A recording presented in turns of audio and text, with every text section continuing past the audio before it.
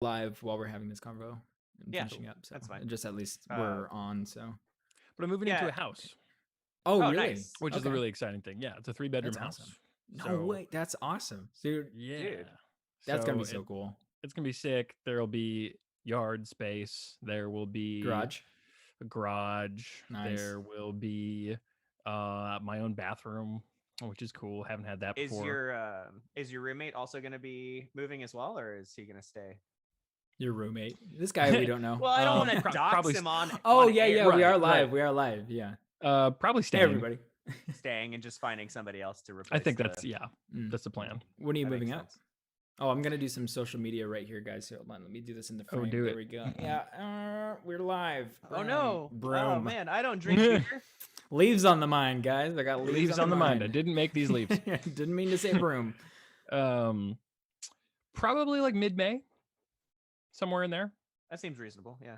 Yeah, that's awesome. Mid-May target is date. kind of what we're shooting for. But there's like a couple houses that we're looking at. One is in HB, kind of by Main Street, like just a little past Ooh. Main Street, which would be super freaking cool. Like, Wow. kinda right by Pacific Dude, that'd be City. fucking awesome. That would be lit. Dude, it would be freaking awesome.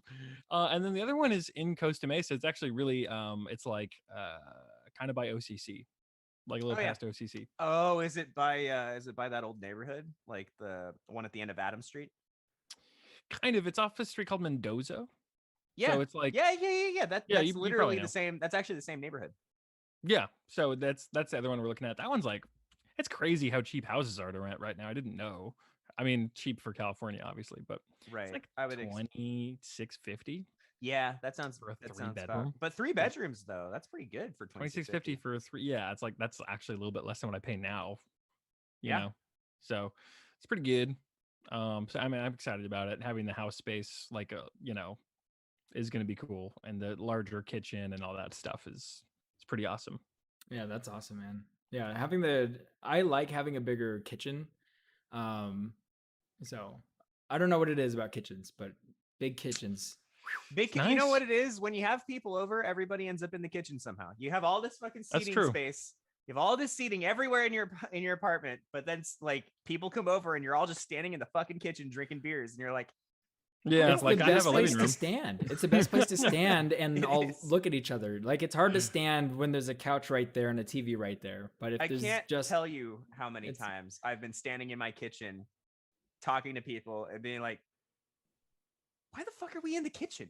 Yeah, like I have a couch. Why not? I have a I have a living room. couch. I've got a dining table. I've got like a lounge. Why are we? Yeah, why are we here? But That's funny. But yeah, Alright. so it's funny the timing there. That's awesome, Nice. man. That's awesome. I- I'm really happy for you. It's great. I am planning on great. sitting my ass right where it is. You've got a for- good setup, Well, though. your So you're- freaking place long- is bomb, so Yeah. I wouldn't move if I were you either. as long as I can keep this place. Yeah. I'll be here until I get married, man. Probably.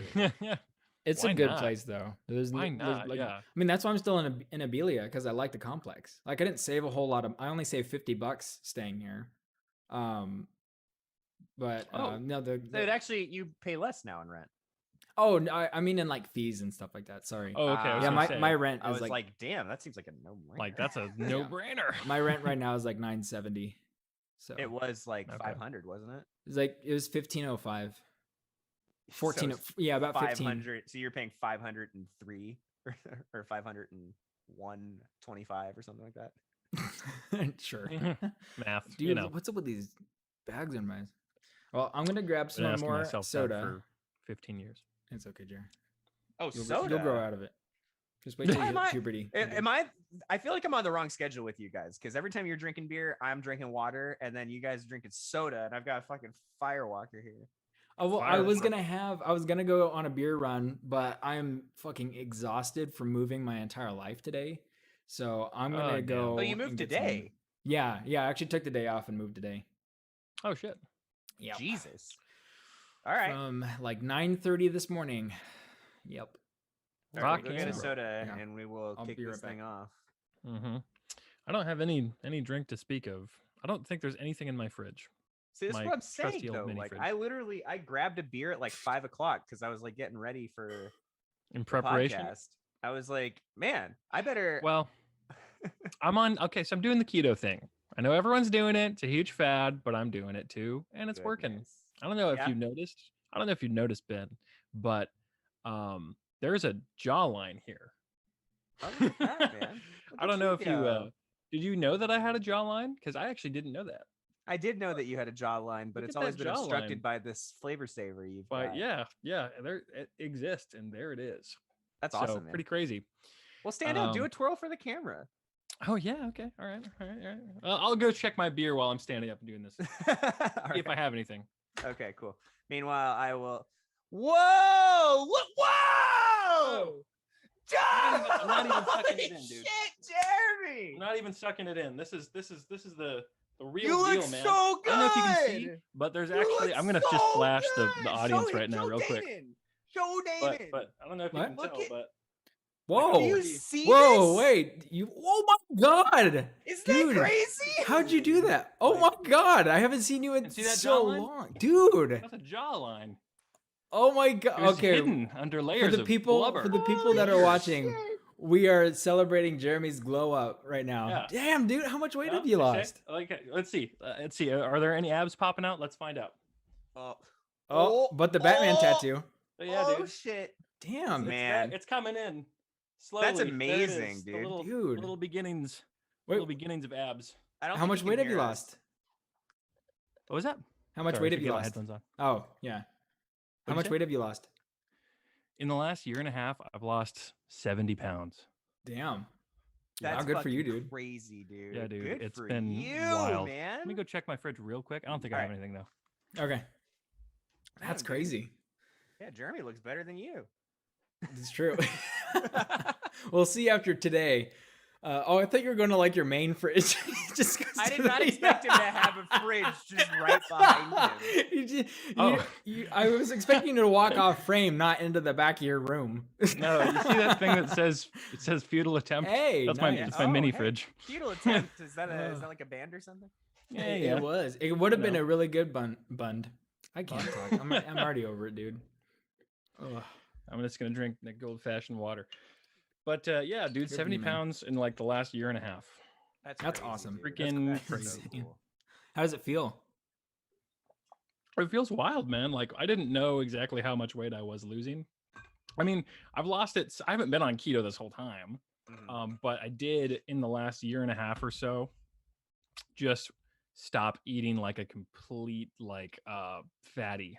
Just stop pounding sodas. Soda was a problem. Oh, Soda yeah. was a You huge can problem. knock off like 20 pounds easily just not drinking soda anymore. Yeah, so just Crazy. not drinking soda and all that sugar, and not eating like totally shitty food all the time, and not eating super late in the night. And that was slowly knocking off weight. Well, slowly, I was seeing a difference. And then I got serious maybe like 2 months ago with the keto thing and Okay. working out.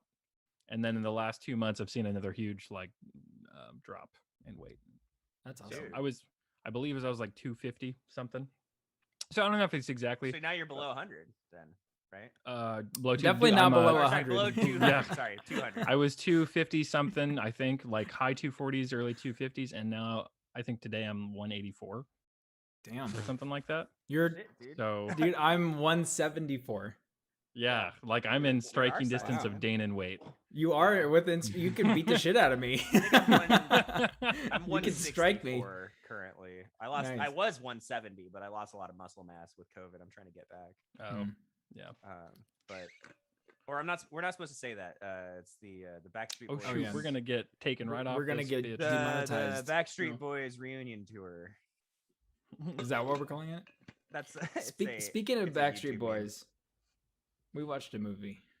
We Ooh, did yeah, watch. we a movie. did. We watched Baby. a very. Oh, Jeremy's happy. Okay. Oh, So we watched this at Ben's house. Well, first off, I watched about an hour of it like late at night because I just needed some movie to eat food to, basically. And so I was Yeah. watching it. I was just like, and we already had plans to watch this at Ben's house, and I was that's just right, like, you oh did my tell me about god, this. this is gonna be so exciting. And so when we watched it at Ben's, it was not a quiet viewing. I'll say that. There was a lot of A lot of yucks. A lot of But yucks. yeah, we'll get well, into it's it. not a movie that anybody that I had over felt they could take super seriously. Oh yeah, I don't Mm. think anybody came over expecting us to all sit quietly through 4 hours of movie. Yeah, but if it was like an episode of like season 4 Game of Thrones, I feel like everybody would have shut the fuck up. But because it was the Justice League and it started really strong with some hammy things, it was just like we were out of the gate running. Yeah. So since we have 4 Uh, hours to cover, do you guys want to jump into it? Yeah, absolutely. Let's just Yeah. do it. Yeah. So, yeah, no, we shouldn't just like plot point by plot point this one. yeah, we should need to just go talk like about it. broad strokes. So Jeremy, you've seen the theatrical cut, right? I did. I saw the theatrical cut in theaters. Yeah, and Ben has not.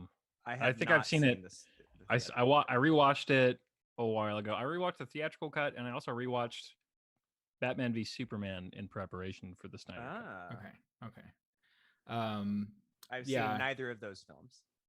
I watched the theatrical when it like first came out on DVD or whatever. But yeah, so it's been a while, and so I like Zack Snyder, and so I was kind of excited for this. We talked about Snyder anyways. on the podcast. We did? Yeah, we last I week. told him that he is all style, no substance. Yeah, which we talked about like he adapts things better than Yeah, writing things. things. Adaptations are better than writing, those kinds of things. Yeah. So it starts off with Superman's death in the hands of Apocalypse. And one thing I really liked, I will start off with a like right away, is I like that open. So Doomsday. I like it. I like it. Yeah, Oh, is it Doomsday? Oh, we were calling it Apocalypse the other night. We weren't calling it Apocalypse. Apocalypse. Wait, Dad, are you calling it- watching this? Why aren't you podcasting with us? Why are you home? He's also telling Did me he to change see- the name. Oh. Oh yeah, probably not. I think he I was did. gonna Did say- I you don't think watch that Daryl would enjoy the Justice League. Zack Snyder's Justice? I pulled up the League. chapter titles so that I would Oh. have some frame of reference for like Okay. where we're going. for the half day of work you put into. I mean, Basically, this is a long viewing, dude. to contrast your viewing of this movie with like getting a bunch of people together and like I was like, Thanks, I I got changed off it. of work and I went straight home and I because I don't drink that much anymore since losing the weight. I got 2 Trulies, which is like Ooh, ooh. and I went into my dark room and I said nothing to nobody on the way home, and I got perfectly comfortable and I cracked it open over ice and I had the first Truly and I was like, okay, time to embark What on the journey. It's like you're about to drop acid or something. You're like, all Good right, lord. That is literally once how I I felt. start, I can't stop. Yeah, like once we get the string going, it's fucking on for 4 hours. That's the And- way to do it though, because I did watch that hour and I was kind of dreading that hour going into the viewing where we watched 2 hours, took a break, and then watched another 2 hours. That was fucking long, man. Yeah, we did an intermission. Yeah, we had to. So I think we had to get air. We were laughing too hard and like There recoup. was But yeah. So anyways, but they start with Superman's death, and I really like how they do that as opposed to the theatrical cut where they're just showing like cell phone footage of Superman with his shitty. He looks even worse. Like the CGI looks even worse. It makes no sense now. Like watching the theatrical cut, why would they open with that? they Opening. Joss Whedon has some major splaining to do, man. Like, how Yeah. did you fuck it this much? Which is weird because like You he's know. the Avengers guy. you know? Yeah. So like what Joss Whedon is happened? the Avengers guy. He started the Avengers. Yeah, he directed and The wrote first one the first one. Yeah. I And think he the second one. did the second one too. Yeah. Yeah. Huh. And so that's So why this they guy's got brought him in. some explaining to do because it wasn't that bad before. Yeah. I don't know. Yeah.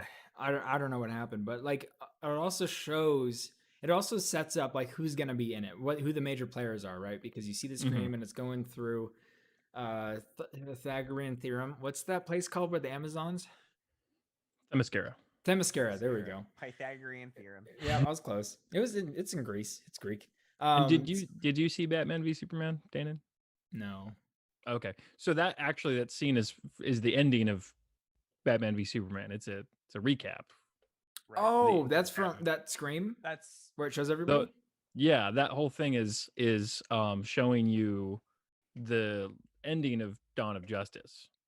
Oh, I Like didn't him realize that. dying Okay. and Batman, like that gun that he's using, that's the kryptonite gun that he Right. actually built to kill Superman with. He ends up Right, using it okay. on Doom. Yeah, like that whole thing. Okay. Which is cool because I had just seen Dawn of Justice before. Oh, I didn't watching realize this. that. Well, that's still a really good way to open this movie because Yeah, for me, no, I I mean, thought it it makes was- sense. I understand. Yeah, I picked up on that. I as soon as I saw Superman dying, I was like, this is a callback to the previous film, which was perfect for me because there was 50-50 that I would even remember that Superman was dead for the Justice League movie. Yeah. Either dead or he wasn't.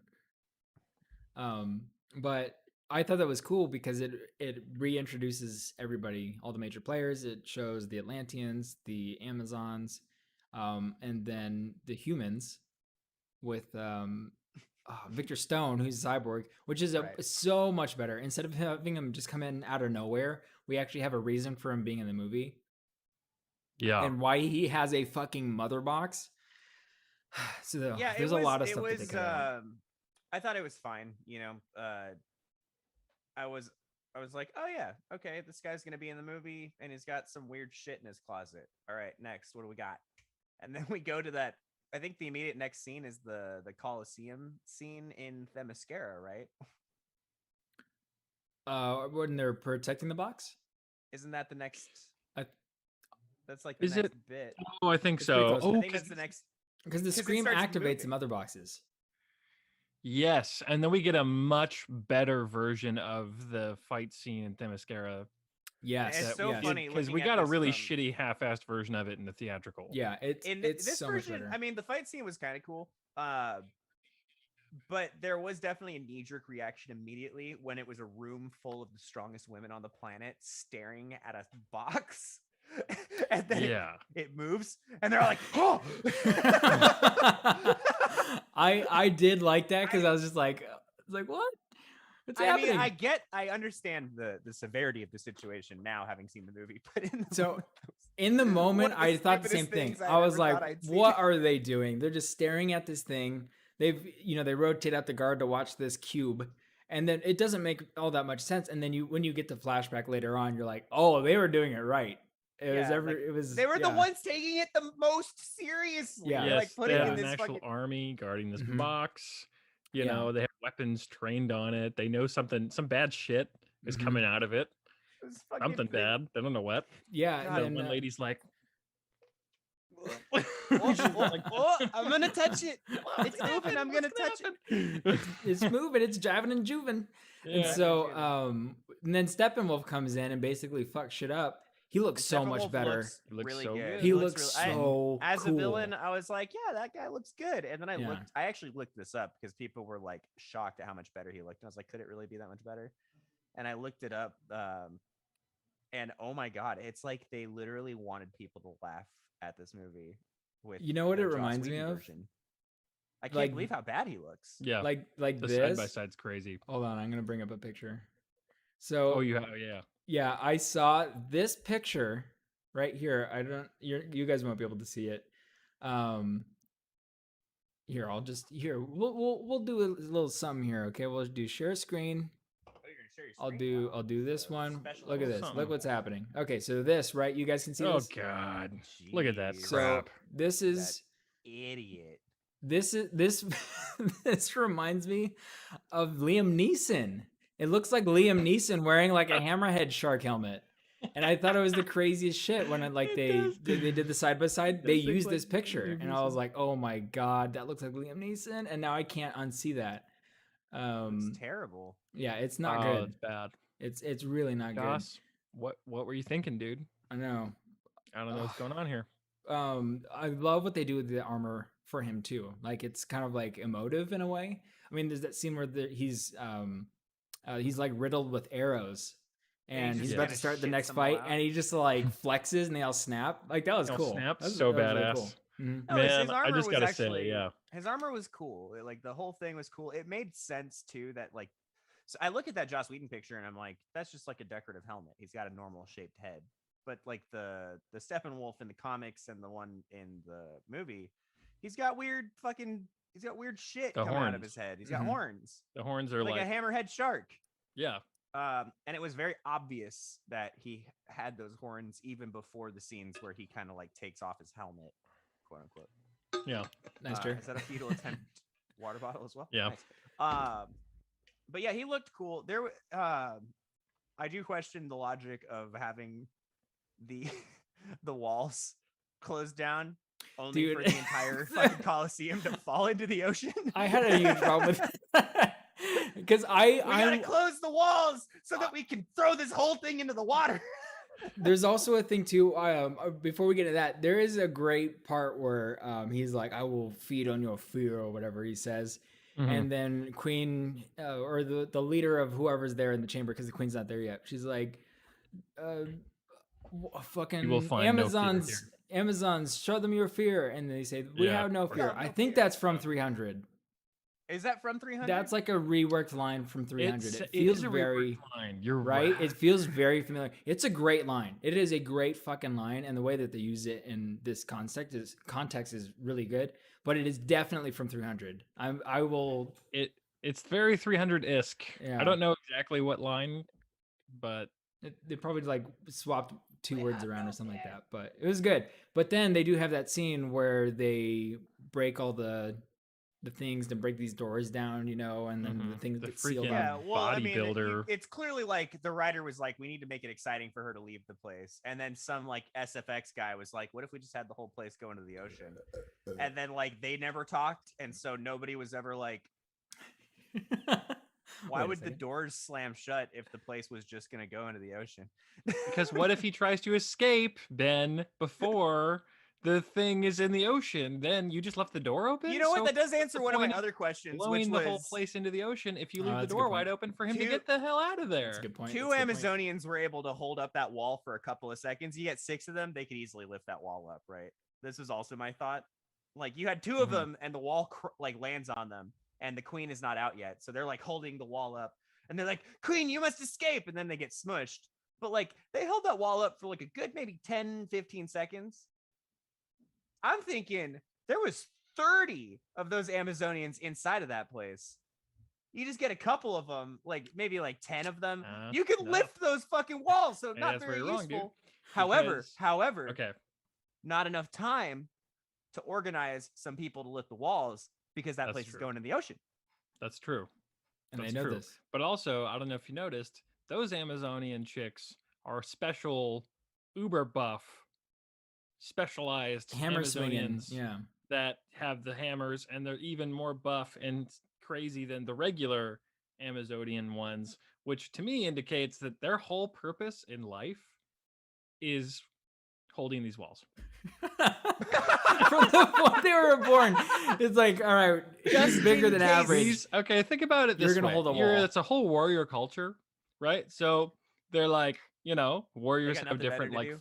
well, no, you have special tasks as warriors. Some are really great archers, and some are like people who are really good with swords and horse riding, and some have to hold the damn walls. Somebody's God got to damn hold it. that wall. Extra buff and whatever, Mhm. that's it's their not- it's that's their also- job. That's how they serve the country. It is the first scene that also demonstrates how brutal the Justice League is. I don't know if the Joss Whedon version is as brutal as this movie. But like they got smushed. And it's on Yes. screen. Like Yeah, you it's see right. them. That is, I think, the first indicator. Well, some of this, no, because actually some of the fighting before that with him murking those Amazons, like some of the way he kills some of Oh, them. he like fucks some people up for sure, but like not to the extent where it's like, oh, they're dead. I didn't think. In the fight scene previously, I thought there was some like superhero action, but I didn't, at least for me, I didn't think, oh, they're dead until I saw the scene where they just got smushed.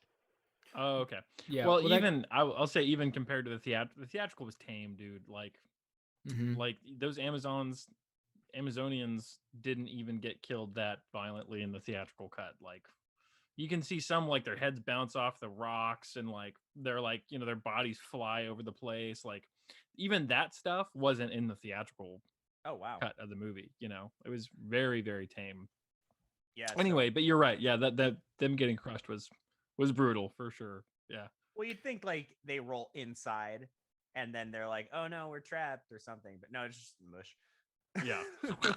Yeah, and then the fact that that thing does fall in the ocean. So basically, those people, the Amazonians, were like from the moment they could hold a hammer, were basically like, okay, you guys are gonna hold this wall up, and if anything comes through that, and we have to break these walls down, to seal off the place, you're gonna die.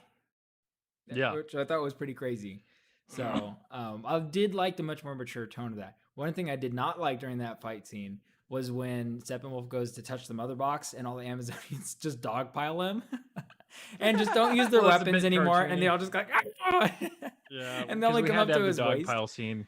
Why do you have to have the dogpile scene? Why do 'Cause all I these don't know. Amazonians have to? You don't have to. You it's don't dumb. have to. There's You somebody go, who's gonna you be got like, swords. "There in comic 34, page 3, there's a panel with the Amazons. They're on Steppenwolf, and he's at the next panel." Sounds like Something me. like that, I'm sure. But yeah, that was very cartoonish. And the whole there was a lot of like, I think probably that was an indicator to me of something that I noticed consistently throughout the film, as probably my primary criticism is the lack of consistent tone throughout the movie. Like, we're just talking about people getting crushed and whatever, but like there's a lot of moments that are literally back to back where there's something kind of goofy and that like, or something kind of campy or something kind of comic booky, or even something that's like Marvel humor-esque almost. And then like the next scene or the scene just before it is very, very gritty, dark, serious, edgy. And like there's this flipping back and forth constantly in this movie that just like was extremely jarring for me and just did not work for whatever reason. And I think the dogpile scene definitely took me out of it, where I was like, that was really stupid looking. And then the next scene is like, oh, these women get crushed. Oh, Yeah. They just got smushed. Like, yikes. And then there's the follow-up scene where he's like chasing them on horseback. And there's some moments where it's like, oh no. he fucking punts that horse. He like literally like picks it up and shot puts it. That was insane. Yeah, that was cool. pretty Like that, cool. you missed that from the theatrical cut, because like Steppenwolf comes in, he knocks a couple heads together, and now he's the worst guy in the world. It's like what? Who is this guy? We know nothing about him. He hasn't done anything really. There's no backstory to him. But when he comes in the Snyder cut and he's just like destroying people, like you're like, oh, okay, this guy's serious. No, And this is a very fucking desperate kicking ass. attempt to try and get the mother box out of here, and they're it's failing. really funny because you can tell that they're not gonna succeed. Like Mhm. like they are trying so hard, and Steppenwolf is just handedly destroying them or whatever. Yeah. And then they're doing stupid shit like tying a rope to the mother box and shooting an arrow, and then the mother box. Hey, man, Yeah. this, That to me was like, they're Amazons. Like, that's like some shit Wonder Woman might think of. Like, it kind It's of something Wonder Woman literally did think of in 1984. Remember she the did whip fucking that bullet out of the rocket- way. Remember the rocket scene? Damn, you're totally right. She did do. She literally did that. She shoots the rocket, and then she whips the rocket, and it like sends her flying This along is a class. with it. This is an ancient technique. This is a fuck. It's something This is they the should ancient ways, dude. Of the Amazonians, of course. Yeah. Maybe the third time they do this on screen, I'll be for it. But the first two times I've seen this done, I have just been like, that doesn't look good. In the next movie, then when they do it in the next movie, and people are like, "What the fuck is that?" You'll be like, "No. You should have seen the Justice League You should and have seen Snyder. Wonder Cut. Woman Like, that 82, looked way 84, better. Okay, yeah, Yeah. okay. This It's is just what they hard do. to This take- is the thing. I mean, it's just hard to take it seriously sometimes. I'm just like, there's literally just interspersed moments where I'm like, how do I take, like, that was clearly not supposed to be taken seriously. But then the next scene, like fucking Steppenwolf is like choking out a horse, and the horse is like, "Ugh!" And you're like, like, oh my you're god. like, oh my god, I can see the light going out of that horse's eyes. But like the scene just before this, they shot an arrow and the box went with it. Yeah. I think that's producers looking over Zack Snyder's shoulder and saying like, we could lighten that up a bit. You know, that's a bit dark. Lighten this It's a up a bit. little bit, It's yeah, a yeah. bit too Zack Snyder. That's an interesting question. Do you think that So- Zack Snyder had a producer over his shoulder for this 4-hour cut? Maybe not for the 4-hour cut, but for the initial writing and shooting of the movie, absolutely, absolutely. For one, it's Warner Brothers, and they're very hands-on. But I Yeah, will say with something apparently. like this, with his edit, they were just like, do whatever you want. Well, You that's have like why free I think reign. it's interesting Yeah. that he left. And this begs the question, because the scene, so they lose obviously, and then the next scene we go and Batman wants to assemble the Justice League, and he goes and he's gonna go he's like talking to Wonder Woman or whatever. There's some exposition bullshit, doesn't matter.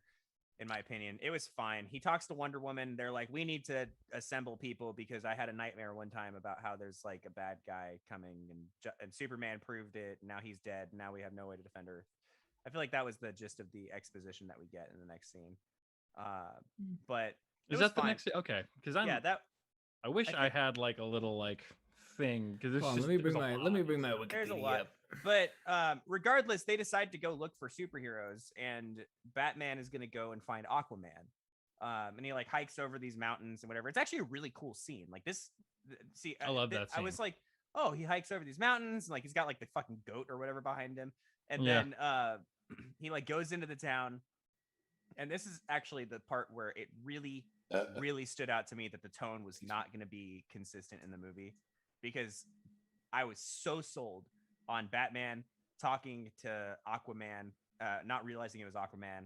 And like Aquaman's basically just there translating what Batman's saying to the town elder. And Batman's like, I'm looking for the guy that comes out of the water and gives your town fish. And then Aquaman like translates it, whatever. And like it's like this whole thing where he's like talking through Aquaman about Aquaman, and it's kind of silly, but like it's taken very seriously. And then suddenly Aquaman's like, well, if such a man were to exist, I don't think he'd want to talk to you. He'd just want to keep giving them fish. And Batman's like, I don't care what he wants. We have to save the world. And Aquaman's like, well, the world doesn't need saving. And then suddenly the guy who doesn't even speak English is like, you are a fool, Batman, and I spoke English the whole time. English. English. Oh. I mean, he's not fluent, right? He can't be. But Okay, fair. it's a very serious, dramatic scene where like people don't have all the information. Both sides are working with incomplete information. They're very serious, very tense. There's music building in the background. And then finally Batman realizes he's talking to Aquaman. He's like, you're the one. And Aquaman and him like have a little scuffle or whatever. And it's just like, blah, blah, blah, I'm manly. And he's like, I'm manly. And then hard cut to the next scene. And this, I think, is what you were talking about with the filming of it. Because after the exposition is done and Batman learns who Aquaman is, they're just walking down the street with very snappy, fast-paced, witty dialogue, like they're like witty banter, like they're best friends. They're like, ho ho ho, Batman, you fool, blah, blah, blah. And Batman's like, blah, blah, No, blah, he blah, blah. says, so you dress like a bat. Yeah, it's like and Bruce is like, yeah, man, I did it in Gotham for 20 years. And he's like, that place is a shithole. like Like, immediately dialogue. after this super tense scene. But I will And- say, Go ahead. just correction, Batman has known who Aquaman was since before this movie, Oh, okay. right? Because in Dawn of Justice, again, Batman v Superman, he actually discovers a whole video at the end of the movie that shows the entire Justice League. Like, he actually knows who Aquaman is from Oh, sure. from the outset. He's just playing coy in that scene. Like, he knows what he Got fucking it. looks like. He's already seen a video of him. But anyway, Yeah, so not that that really changes the scene that much. yeah, I mean, it was still a tense scene, and then we get the fucking ridiculously like that was like Marvel levels of humor. Like, oh, you dress like a bat. It's like Hawkeye being like, I'm fighting robots with an arrow. Just do your job, lady. Yeah. But then immediately after that scene, we get Aquaman returning to the ocean and the fucking Finnish choir singing as he enters the ocean. And a lot of people say this is a stupid scene. I've seen a lot of people say, like, I cannot fucking believe they put something as ridiculous as that. And then she goes and grabs a sweater and sniffs it. But honestly, the reason that scene to me is so stupid is not because of the fact that it's like a weird thing, but because that is a serious scene with like a lot, like it's like a very over dramatic, melodramatic scene. that would be fine if this was like an overly serious, dramatic movie. But you had your overly serious, gritty conversation between the two manly men, and then you just injected this really out of place, witty banter scene that completely dissolved all the tension we just built. And you expect to like be able to dive right back into this very serious, like, if this is not taken super seriously, it's going to seem ridiculous scene. And it's just like, clearly that was a lack of film in my mind. That's like Zack Snyder was not able to get the shot of that scene super seriously. And the only dialogue he had for exposition between them walking from the bar to the ocean was this stupid bullshit about like him dressing like a bat. And he's like, well, fuck. I need them to go from point A to point B. So I guess I'm going to put this scene in, even though it tonally doesn't match. And that's why you have this really weird inconsistency throughout the whole thing. I think the recut was just not. I think that's the reason that there's weird tone, like consistency problems, and it's all throughout the movie. It's literally littered throughout the movie. There's these weird tonal problems that just like constantly take you in and out of the movie. And I don't think that was in Snyder's control, actually. I think that is just because of the footage that he had to work with. That's what I'm saying is like, I mean, he oversaw all the shooting. Yeah. But I think that's producers looking over his shoulder, and they're like, well, this can't just be, that's superheroes. It's got to be uplifting and light. So they have these scenes, where they have funny dialogue and there stuff. was For some the guy characters with that a doesn't really Diet match. Coke, right, on set who was Mhm. like, well, in Avengers 2, there's that scene where Wanda loses her brother, and it's like it's a very serious scene, but like that was right after the scene where Hawkeye said some silly, so we can have silly stuff in this thing. Why don't you what jokes do you have about Batman? Why don't we look at that dialogue? What you got? What can we throw in here? Yeah, So, it's like I'm yeah. sure that's the case. Yeah. Because you can go and watch 300, and it's a very tonally similar movie. I actually didn't realize this until you pointed this out, Ben. You're probably like 100% right. And then Watchmen also, it's the same tone throughout. It's pretty dark, pretty gritty, very Zack Snyder.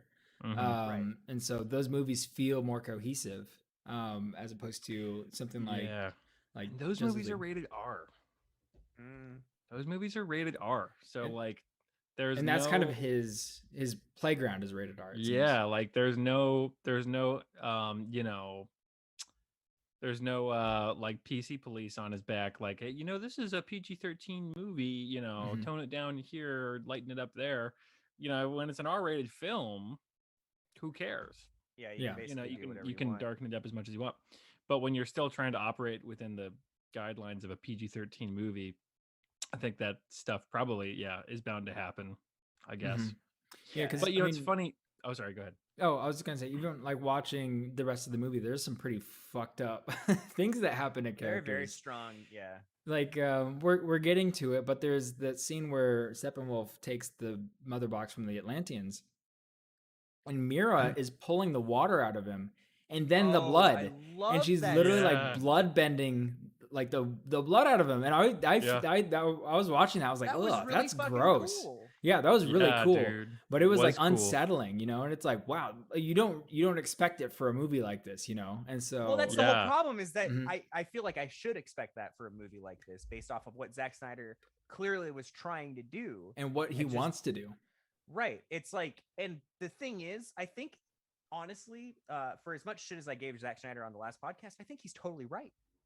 I think I think that those moments that are so obviously like new and fresh and not from like the Joss Whedon film, where the superpowers are doing like obviously like almost The Boys level carnage, like that fits so well with the tone of the rest of the movie, which or at least the tone that the movie I think was trying to be, but as a result of like lack of footage that matched correctly, there was just like some stuff that fell completely flat.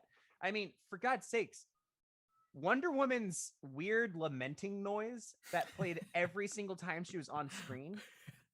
Yeah. probably would have been. Did you notice this, Jeremy? Lamenting noise. That Yeah, like You're like talking about her. Oh, you're talking about her. every It's her time theme. she did anything. Yeah, I It's have her. It's her. I have notes about this. It would, but It's her the theme. It problem with plays every that time she's on theme screen. was that it was way too loud and way too like in your face to be like this It's in. motif. Yeah. Wait, And wait, it's wait, in wait. every They single established that scene. motif because if you watched, again, I just watched this movie, so I'm sorry if I'm referencing it a bunch, No, no but worries. and I just watched it was the director's cut of Dawn of Justice too, so it really tonally fits this movie. It lines up really well. I can really see kind of where he was trying to go. But it's like, yeah, I just watched Dawn of Justice, and every time Wonder Woman is in that, because she's in that movie, But she's only every in there for like damn 20 scene. minutes, right? No, 'cause they have this whole like spy versus spy scene, like her and Bruce Wayne when they first meet Okay. at Lex Luthor's mansion. They're both like trying to steal shit. They end up stealing shit from each other. But it's like every scene, yeah, like every scene she's in, they have to like do that dumb, like It's stupid. Well, It is honestly yeah. it is the worst decision that I think that they've made, period, in the films. Like, regardless of everything else, my opinion is that is actually by far the stupidest thing they could have done. Because And it's here's the- so annoying. Here's the problem with this, and you can look at somebody like let's take the Lord of the Rings for example, because the Lord of the Rings has 94 different leitmotifs in it, which is insane when most movies have like 7. Right. And so Howard Shore wrote the score for the Lord of the Rings, all 3 movies, and he was there the entire time. He was on set and all this stuff, and so he had complete and total control over the sound and the music and all that stuff. And so when a character's theme, like the Hobbit's theme, the do do do do do do do, that theme, he's such a good composer that he can take that theme, that melody, and adapt it to different keys and to different like a major or a minor scale to fit the tone of the scene. And what the problem is that Junkie XL, or Tom Holkenborg, who wrote the score for the Snyder Cut specifically, Holkenborg. That's his name. Yep. Huh. Yeah.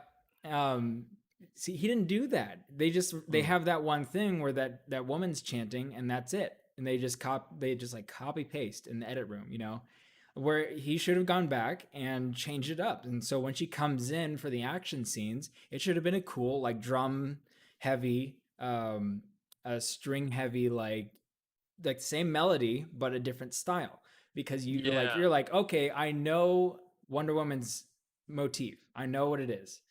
I can identify that melody no matter what instrument's playing it. So you need to use different instruments that fit the tone of the scene, and that's the problem with it. Because it's a great motif when you see it for the first time, before the bank heist scene, and you see Wonder Woman, you're like, yeah, Wonder Woman, and you get her main motif, you get her actual theme right there. It is fine the first time you hear it. Exactly. It's the 50th time in the 4-hour movie where you're like, shut. When she pops in for half a second and they play it, and it's like, it shouldn't be her main theme. It should be a leitmotif based on the melody of the main theme, and that's the problem with that, is like they didn't do that. And I wonder if it was due to time constraints or whatever. Well, Jeremy's saying that they did it in the director's cut, so like they did it. Yeah, no, that's what I'm trying to say, is like this is something that they I mean, I don't remember it being as crazy horrible in Dawn of Justice as it was in Justice League, because it was bad in Justice League. But it does, like, I think it shows up maybe in the overall 20 minutes of screen time she has in the movie, or 30 minutes or something like that. It probably pops up like 4 times, which is kind of a lot, that is actually kind of a lot, and that's in Dawn of Justice. In Dawn of Justice, yeah. One of the times it makes sense because at the end of the movie they have this big reveal. This is before Wonder Woman came out, right? So there's this big reveal, like, oh, she's actually like 600 years old, or however old she is. And it's like a big reveal, so they do the music big. And even then, I feel like, Dan, and what you were talking about, they did it better in Dawn of Justice, where it's a little tiny whisper of the theme at the beginning, and then a little tiny whisper here and there. And then it's like, you don't hear the full thing until that reveal at the end of the movie, when it makes sense. So I don't know. Yeah, you're probably right. They probably just were copy and pasting it for Justice League and probably didn't I'm have literally, yeah, I'm imagining they had like their DAW open and they're like following the like thing and like there she is, first frame of Wonder Woman, copy paste. on the grid. Yeah. Yeah, Yeah. on the grid. Yeah. Because it's like literally over the top of the rest of the soundtrack, and because it's like a chant or a lament or whatever, it's like I'm sure a composer could think like, well, I mean, you could chant over anything. It doesn't really need to be like on time. It's Yeah. just like literally just every single time she shows up for like there's literally a scene where she shows up to hit a guy and then she doesn't like she's not back for a while. She's just like like all right, now what's Batman doing? He's fighting the parademon and you're just like the fuck was that? Mhm. Yeah. So, and it's different, I think the reason it stands out so much is because human voices, I mean, we as humans, we can identify faces and voices of humans like Mhm. nothing else because that's how we evolved. And so the problem with it is that her main theme is a vocal theme. And so whenever it plays, no one else has a vocal theme. No one else has any kind of chance or any kind of human voicings. It's only her. So Except for every that time it weird plays, scene with Aquaman where he's going on the water. is there some chanting Oh, going No, on there? the Finnish They're girls. singing or whatever. Oh yeah, no, Oh, Yeah. get that shit out of here. That was weird. That was So, weird. that And I'll was be weird. honest with you guys. from the ocean. You out of your mind, Bruce Wayne. He's a man from the ocean. You out of your mind, Bruce Wayne. But I'll be honest with you guys. What you're saying, Ben, about the tone shifting all over the place, you're right.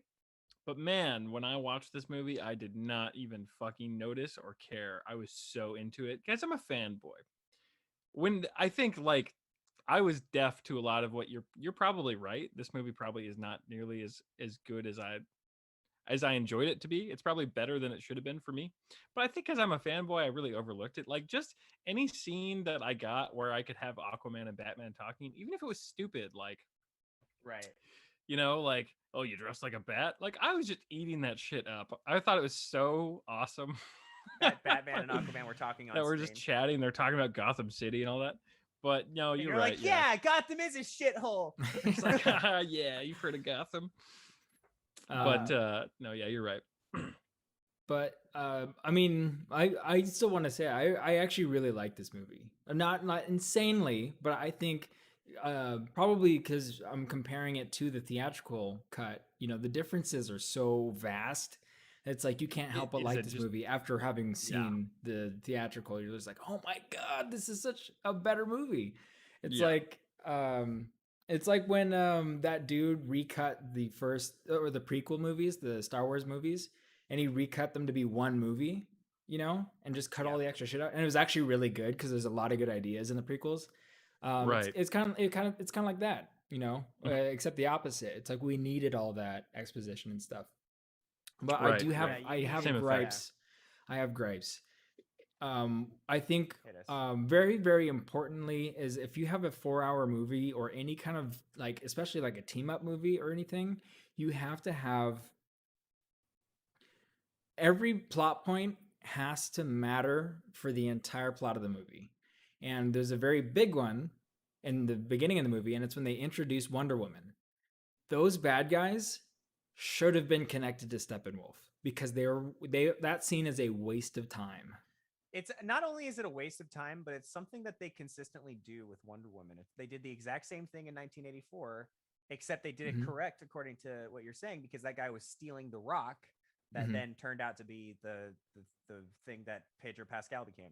Yeah, exactly. Right. But it's a really cool scene. That bank scene is fucking awesome because So that's like dope. Zack Snyder. It's super cool. So Yeah. dope. And then they do the same every time there's an Amazonian on screen, they have to have some stupid fuckery that like gets intersected with the rest of the awesome scene. And the stupid fuckery in this one was her doing all the bullet man. shit to block from like the kids. Yeah. And I was just like, They gave her a slowdown scene. Look, I understand comic book wise that like Mhm. Wonder Woman can move very, very fast. Like she can do I, that. I, Yeah. I get it. I understand. But in this movie, we have a character whose only premise is that they move very, very fast. And you're going to use many times in this movie a scene where everybody else is moving very slowly while he's moving very fast.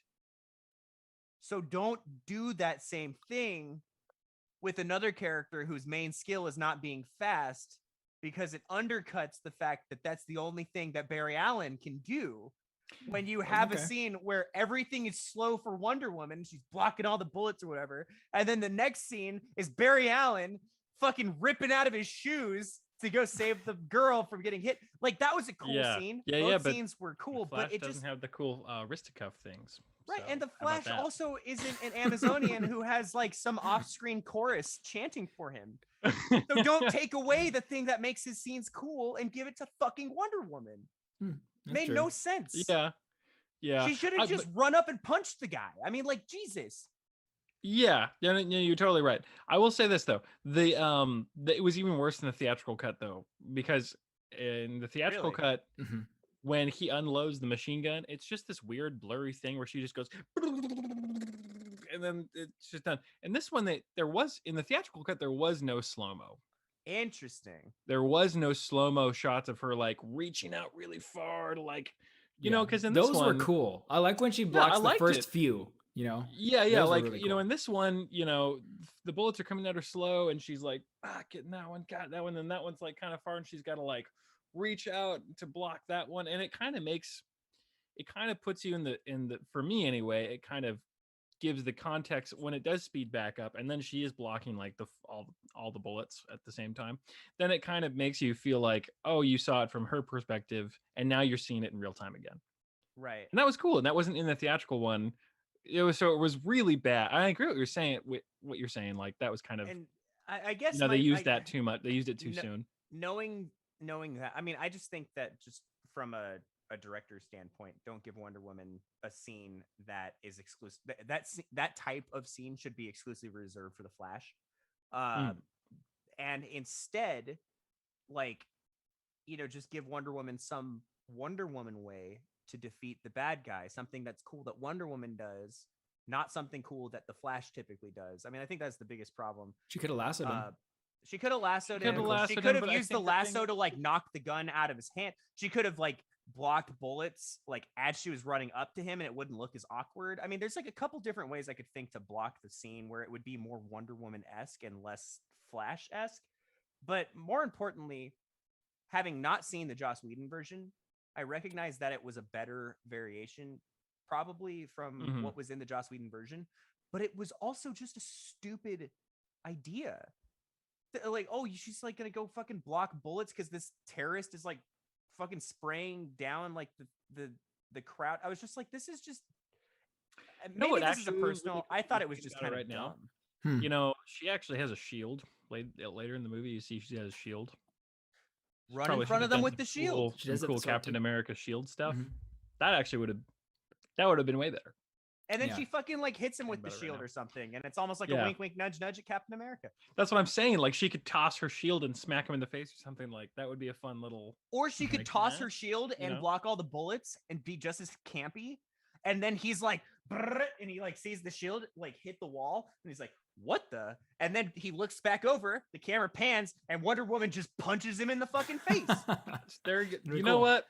Come on. Like, Yeah. I'm Take some notes, and you Zach. know, fuck, we can sit here and armchair block of the scene or whatever, but the main point is just that like that scene for whatever reason, like everything up to that point, I was like, yeah, Wonder Woman, kick their asses. Like, this is ridiculous. You're fucking them up. Oh, you're doing like the Flash thing. That's kind of weird. And then like, and then it was followed up by her blowing him up, which I recognize is an important. Yeah, she killed that Mhm. guy. Yeah, She definitely fucked kills dude that up. That Mhm. did surprise me. I was like, wow, you And straight up. it's an important power to establish that for guy. sure. But Mhm. wasn't she trying to stop a bomb from blowing up in the bank? I did think of that. And then I she thought, I blows was like, this Then whole she place did. still blew up. Yeah, pretty much. Well, the thing And the with cops that, are like, "Thanks, Wonder Woman."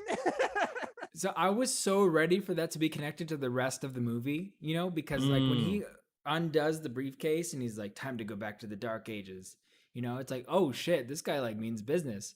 And when she interviews or uses the lasso to talk to the other crazy dude, and he's like, yeah, it's about to level 4 city blocks. It's like, okay, this is like a serious bad guy.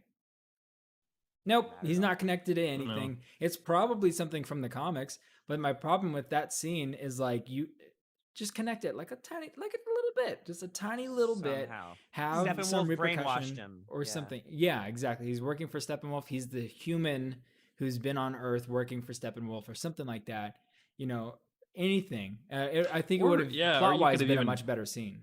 tied it to another character. Like, what if all those bad Yeah. guys were like a Gotham gang? Like, what if they were all like, I don't know, And just that's something how that Wonder ties Woman. it to some other That's character. yeah. Wonder Yeah. Woman's like, I gotta go talk to Batman. Yeah, like Just- what if all these bad guys, they could literally have the same exact plans, but they're all working for like Two-Face. You get a little Or- Two-Face cameo. Maybe I don't know. My problem with something it like is it's that, not and it's connected to like- the rest of the plot. But it- like if well, she yeah, like pulled yeah. aside the collar and it had the dark side, Omega sign on it, like as a tattoo. That's There you it. go. That's Literally- all you need. Like that's literally literally all you anything need. to And make I the would have scene been, relevant. I would have been in. I would have been so in. But like I was very disappointed because that's Roose Bolton from Game of Thrones, the main bad guy. Yeah. And so when they're casting Oh, a a very recognizable character like that, I was like, ooh, who's this guy gonna be? And he's just he doesn't even have a name. He's literally called literally- Leader. yeah. His we name were is watching- Leader. We were It's watching with ridiculous. subtitles on. Oh, Yeah. so you actually, Yeah. I was like, And how do that's you know the that? biggest problem with that scene with subtitles on is like, oh, this guy is completely pointless. He doesn't even have a name. There's literally a Mhm. throwaway character a couple scenes later who has a name.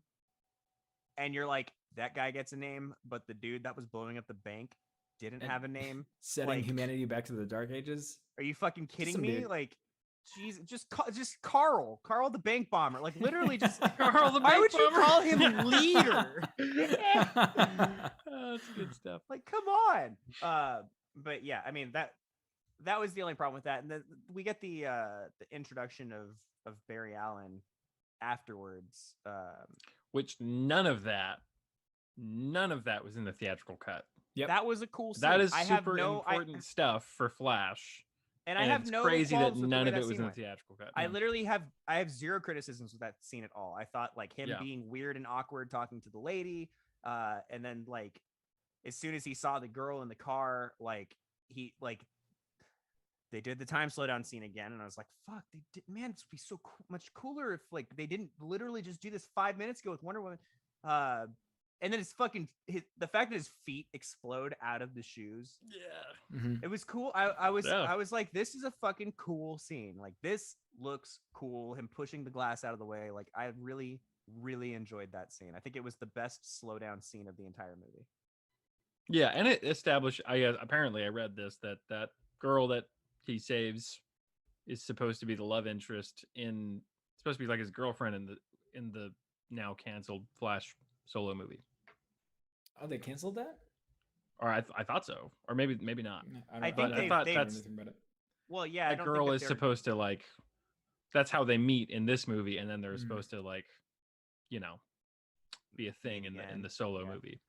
Well, I guess yeah. I mean, the problem is that the Justice League movie in 2017 did so poorly that I don't think there are any plans to continue this franchise as the DCU. I mean, we're getting a Robert Pattinson Batman movie, so Yeah, I thought that's the thing. I think most of the offshoots of this Justice League have been canceled. Mhm. I think almost everything. It's kind of a bummer. Yeah. Some of it so- was really promising, but yeah. So we get the Flash introduction.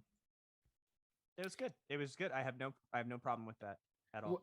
I do like how I think that they put in the perfect amount of action for this movie.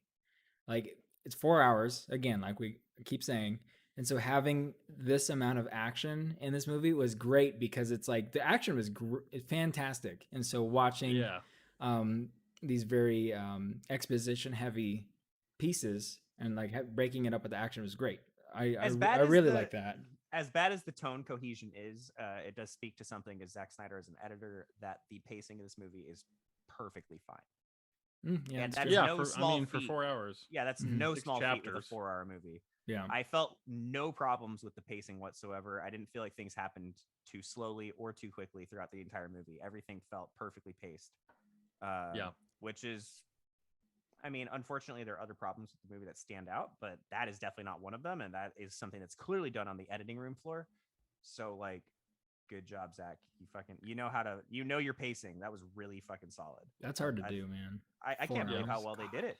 Yeah. Yeah, I mean, it's such an easy thing to drop the ball on with pacing. I mean, that's one of the more abstract. I feel like pacing is more abstract than tone, but Mhm. again, I'm convinced that the tone problems are because of footage available, not because of Zack Snyder not knowing how to keep something cohesively toned. Yeah, definitely. Yeah, yeah. So, and then we get our first insight into like how violent the movie really is.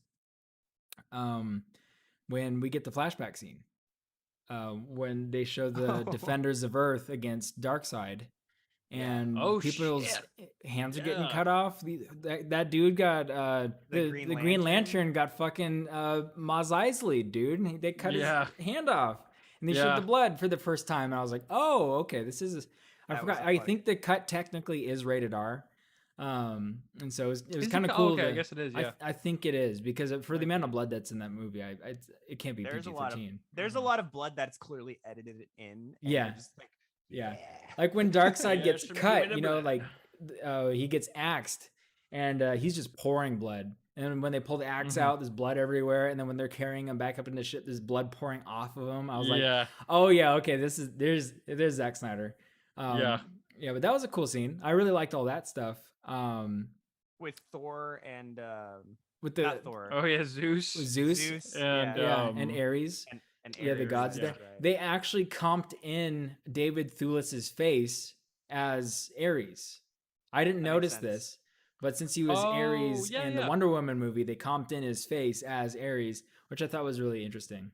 Mm-hmm. Very, It makes very perfect interesting. sense. He's Quick, Ares. very, very quick. But blink and you miss it. Like I was actually watching a breakdown video by the new Rockstars, and they pointed it out. Like they showed, they like a zoomed in version of them. Like, oh yeah, there's So Professor Jeremy, Lupin. There he is. this is a question for you, but are the mother boxes a thing in the DC comic books? Yeah, yeah. The kind of bummer about this whole plot of the mother boxes and whatever is the DC Comics have already like completely moved on past it. Like basically, there's this thing called the New 52. Are you guys familiar with that? Yeah. Mhm. So it's a DC Comics reboot.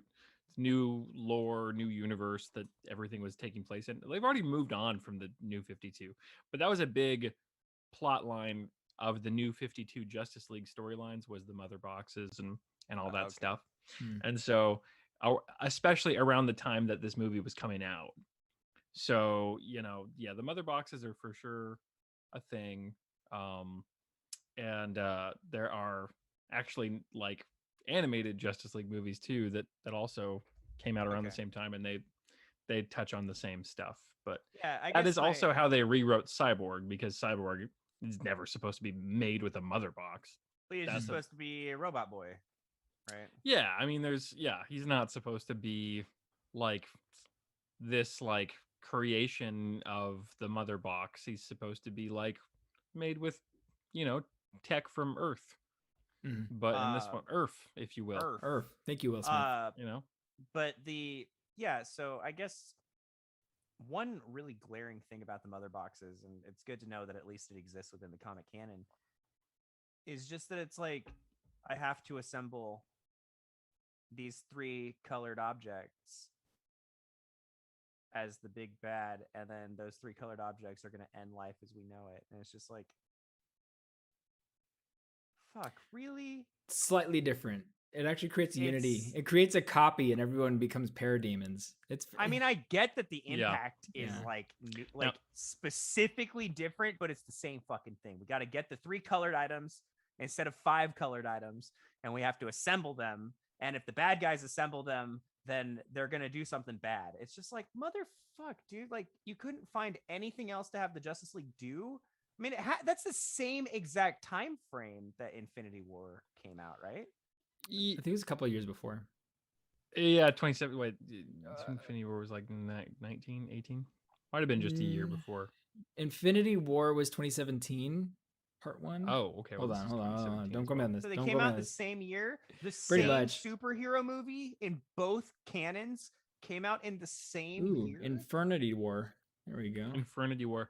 But you know what is actually more troubling to me about the mother boxes is Batman makes a very 2018. So it Okay, came so out this one after. did come out. Yeah, the Joss Whedon version did come Okay. out first. Okay. But we've been setting up Infinity War and the Stones for years and years. That's a good point. Yeah. It's like So- it's like Warner Brothers was just like, we're gonna beat them to the punch. I mean, there's for my taste, they are Yeah. way too similar as concepts. Like, use That's fair. literally anything else. Make Mhm. Mr. Freeze the bad guy. I don't care. Just don't fucking do the same thing that the other canon is doing at the same time. It's like that yeah. that has Well- to be an obvious thing to producers. I get like, but that's why it makes me feel like they did it on purpose, you know? Like, I don't know, that's entirely possible. And what I was trying to get at earlier is the mother boxes, they do exist in the greater, like, comic book lore, but they're still really brand new. And it kind of sucks because there are so many amazing Justice League storylines and so many great ones that involve Darkseid. It kind of sucks. It felt like maybe they were trying to not only capitalize on the Infinity Stone thing from Avengers, but also like, hey, we have this brand new, series of comic books that we just, the DC just rebooted the entire comic book universe, like just a couple years before this movie, so we better use what's new and fresh. But it sucks because the mother box is they're not the best Justice League storyline. They're like kind of one of the not so great ones. There are Mhm. way better, way cooler ways they could have taken this. and that's the thing that actually this that stands movie, out to you me know? that you say that, because isn't Death of Superman a super big deal in the comics? Like, isn't there like a particular storyline that is Death of Superman? Like, I think that's Yeah, the death, like, and then there's the follow-up is Return of Superman, which is what this one borrows heavily from the Return of Superman comic book. and you'd think they would like borrow plot lines specifically from. Yeah, they borrow from some other really great historically great comics. Like they borrow heavily from the Return of Superman. They do they hint at, which I guess they would have done in Justice League 2, the fucking anti-life equation, which that's Yeah. what they should have led with. The anti-life equation storyline is what this movie should have been. They should have scrapped the mother box thing and gone straight to the anti-life equation. Can you explain that? Because storyline it sounded with the very invasion. hokey in the movie. It did sound. It sounded stupid. It's kind of dumb. No, it They is kind of didn't dumb. talk about it, but Okay, basically, so there is like the anti-life equation is like beyond science, beyond reason. It's like where magic and science meet. Okay, it's like kind of like that line in the first Thor movie where he's like, like you call it science, but in my world it's magic, blah blah blah. And it's like Mhm. the anti-life equation is like this mystical power that is kind of like, it's like, I don't know how to describe it. It's basically like, if it is like eating from the tree of knowledge and good and evil. It's enlightenment, right? Okay. And so Darkseid, who is this conqueror of all worlds, wants ultimate enlightenment because he's that's what he wants, right?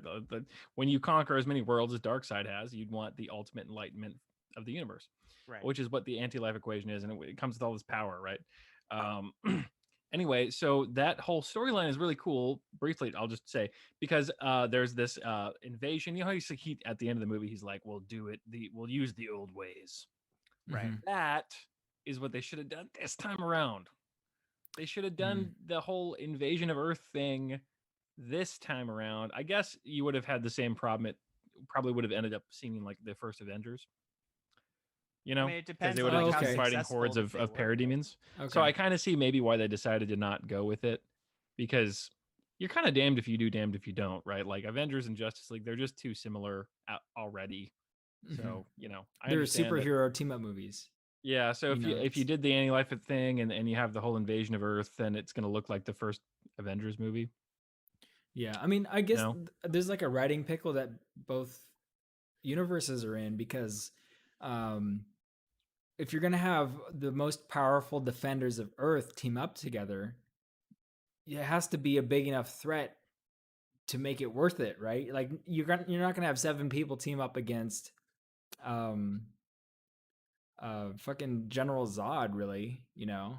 It's No, because does Wonder he Woman doesn't and need it. Superman could have fucked up Zod, just the two of them. Yeah, Just like the you two don't of them need could it. have beaten Zod. Yeah, so that's why you see these plot lines where you have giant invasions of Earth, and you need to find these things like MacGuffins basically to throw together. So Yeah. Get all the things, and then you can you put them beat together that and you guy. win, and you get Yeah. Earth. But you'll never Mm. get the corner piece of your puzzle, Dark Side. Yeah, We'll you can't get the protect mother box if I eat it first. It's just like, Well, you know what my issue with the Mother Box thing is? I didn't read these newer Justice League comic books, so I don't know all the ins and outs of that. But it's kind of weird because Batman makes a very clear point that we need Superman, and one of the reasons I know for a fact that we need Superman to if we have any chance of winning is, aside from the obvious, he's more powerful than us. The Mother Boxes are only awakening because the Kryptonian is dead. The greatest defender of Earth is dead. And so the Mother Boxes are aware that he Earth does is have the vulnerable. senior, right?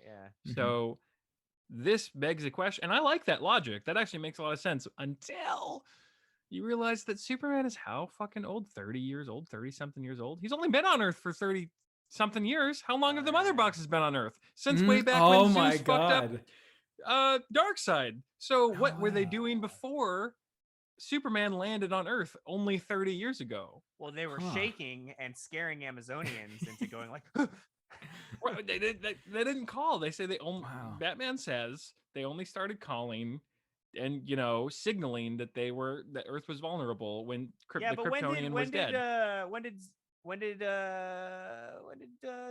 Ares die? There you go. Ares died in World War You think I. Ares was the great defender of Earth And before then the Kryptonian? then Superman crash landed. That he grew up No. to be. No, That's what I say. No, turn that When one did off. Zeus die? Is he? I was don't- he I don't defending We the don't care Earth? about I guess them. you We could don't say care. it was how long has Wonder Woman been on Earth? A long ass time. Yeah, but right? Wonder Even Woman was still, still on like- Earth. But Yeah, the she's thing still is, there. Yeah. it's a big deal that very specifically the Kryptonian, because even Steppenwolf says to the Darkseid master puppet guy, I forget his Desaad. name. The weird melty. The Yeah. melty metal hooded guy who actually looks really scary. He looked Um, great. Desaad. He His does name look is really Desaad. good. I like him a lot. That's right. Desaad. He even makes it a point when he first comes to Earth. He's like, the Earth is vulnerable. The Kryptonian is dead. It's like, okay, so Kal-El is only 30-something years old. He just got to Earth 30-something years ago. So what the fuck? And he's were they also doing? he hasn't been like he's only been operating for. And he's only been Superman for a handful of years. Yeah. So that makes no sense. And I liked this movie, and even I was like, that's dumb. Yeah. I didn't notice that before. Yeah, that's a huge That's- plot hole. that's That's some pretty lazy writing there. And then I Okay. do want to talk about the Mother Boxes really quick. Go ahead. I love, and I pointed this out when we were watching this. These scenes where we have the Amazonians dealing with their Mother Box, and they're all encased, right? Oh my They god. all get smelted into these metal boxes to contain them, so they're not just raw, Mother Box just Base floating metal. around. Yeah, exactly. Yeah. And so they're in these hardened cases, and they're getting ready to be guarded for thousands of years, until they awaken again. And so the Amazonians put it in their stone hut that's about to fall into the ocean thing, and they're guarding it. And then the Atlanteans, keep it under the sea, and they're guarding it too. Maybe not as heavily, but they're guarding Clearly it. They not. have They a have they're very taking clear it seriously. thing. Though, yeah. And then the humans have it, and they bury it in the fucking. Are you kidding me? They buried it in the ground. 6 feet deep. In Dude, Germany. it was like, in the Black Forest, and they're just like, you think that's steep enough? And it's just like, I'll pour more soil on it. Are you kidding me? This is about an hour's worth of digging we've done. That's Exactly. good Like, my enough. hands are getting pretty tired, with all this Black Death. And so, you have. It would have been better if, like, the Atlanteans or the Themyscirians were like, we will guard 2 of these. And you guys can't do this. You clearly guys, can't do this. What can you Or- do by yourselves anyway? Like You can't exactly. do anything by yourselves anyway. Might as well fair just point. let me have 2 of this Two of these things. Just have a scene I'll where do it. the fucking queen of the Amazons, who was there when the mother box shit happened in the first place, they just give her a cheeky scene with Batman where she's like, "What do you mean the mother boxes have returned? You're not been defending them?" And Batman's like, "Well, we apparently humanity buried it in the ground."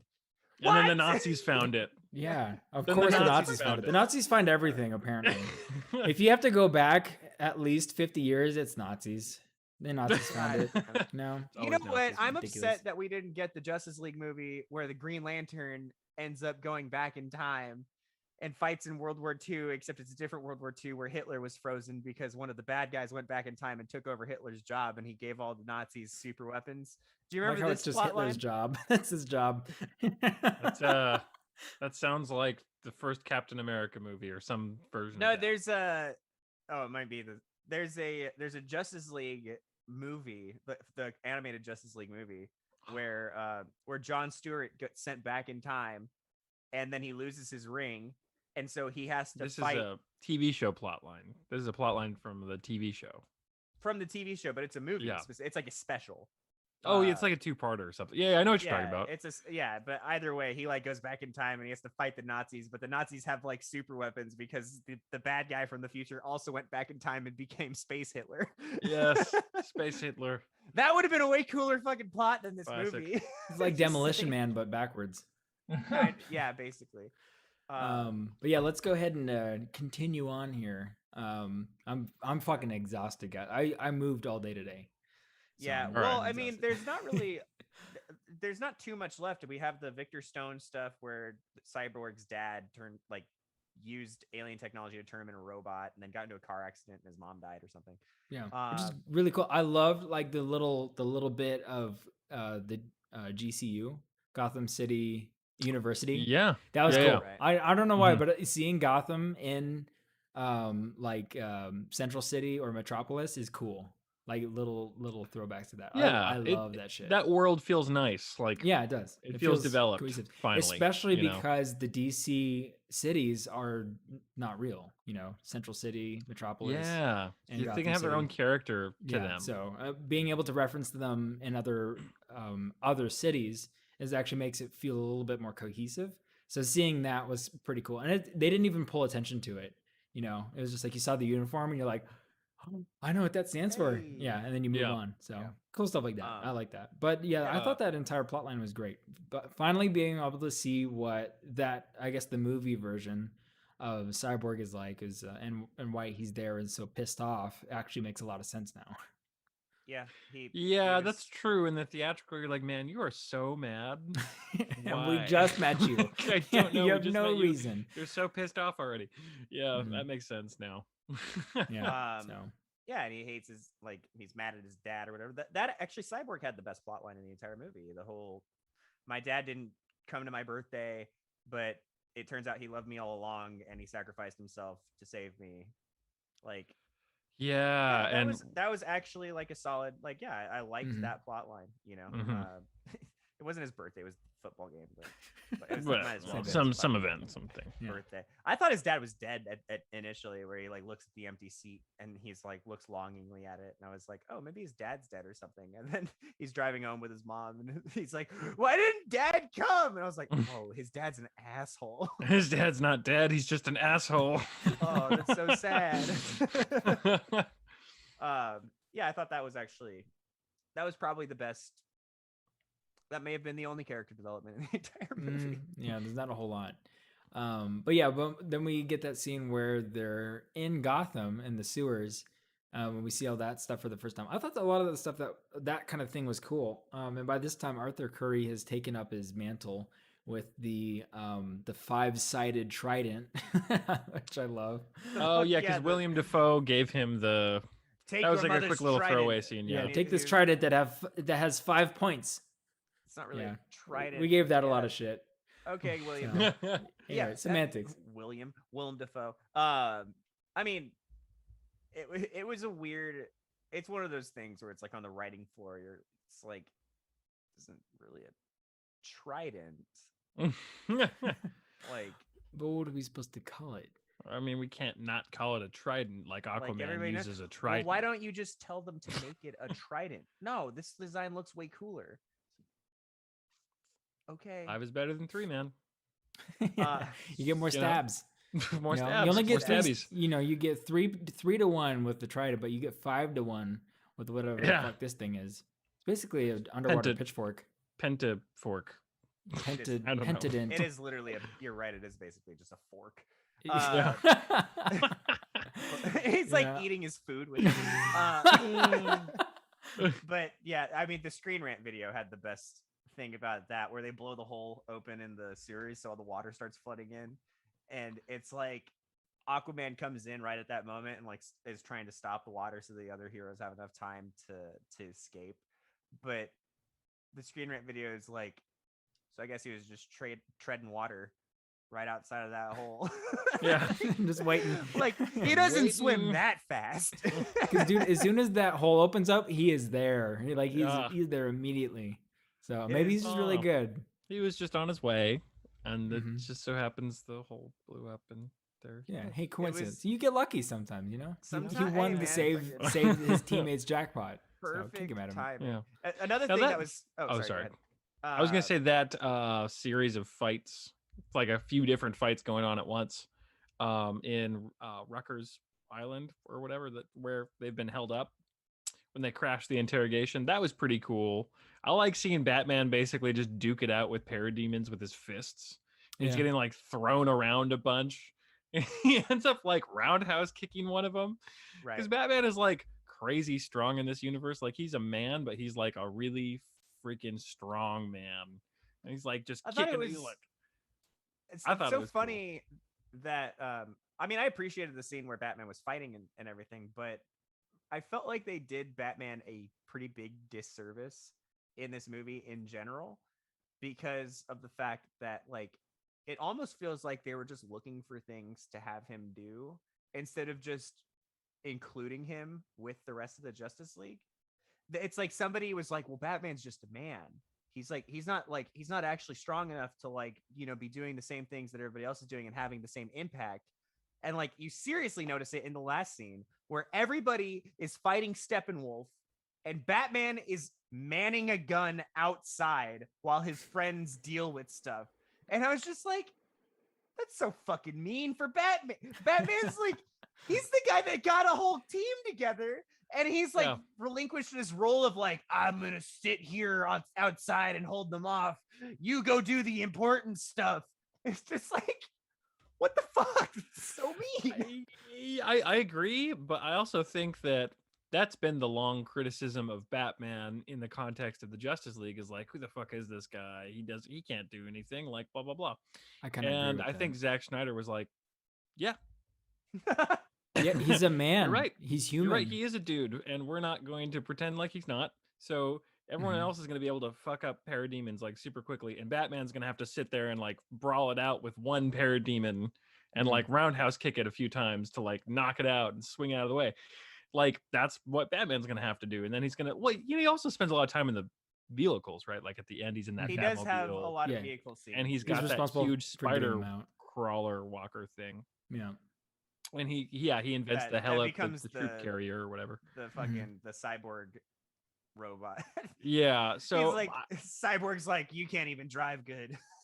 he's like, you get it. Yeah, I got this, Alfred. But I feel like that was kind of I don't know, refreshing's the right word, but it was kind of like, yeah, Batman can't actually do anything in this context. He is pretty much just a dude. So instead of Right. pretending like he's not just a dude, we're gonna have him stuff that a dude would do. And that's the other thing about Batman, is that he is kind of become the team player. Like he's the one who organized this group. He's the one who basically put the plan together. Mhm. And The so one he's that just has the initial idea to bring Superman back. Yeah. yeah, and so he's like, I know what I can contribute to this plan because I made the damn plan, and that is to get on that gun and hold these parademons off. So that's what I'm Mhm. gonna do. And it's not cool, like it's not cinematic, like he's not in there duking it out with Steppenwolf, but it is something Batman would really do. That's true. Hmm, You know, I true. can't fault you for that, but Mhm. it was just like, maybe because it was 4 hours of it, but I was like, man, they're just giving Batman like the literal grunt work. This Yeah. dude is funding the whole operation. It was his idea, and they're just like, Batman, there's trash on the street. We're gonna fight these space aliens. You go get a mop. Littering's also a crime. But and you're right that they probably did feel that way because there's literally the scene where he introduces himself to Barry Allen, and then he gets into the fucking. It's not even the Batmobile. It's just like some nice car. Yeah. And Barry Allen's like, "So what's your superpower?" I'm rich. Yeah. Which Like, I love that. Like, they're not trying to it's- shy away from the criticism of Batman. It's like, yeah, no, you're right. He's just a dude and he's rich. Like, I have heard. I don't know how true this is across all the comic book series, but I have heard one of the main things with Batman is that he has an indomitable will, mhm. and that's what makes him like it. Everything else is a symptom of the fact that he has like basically like endless willpower, and so like he's like, if I'm gonna do something, it's gonna get done.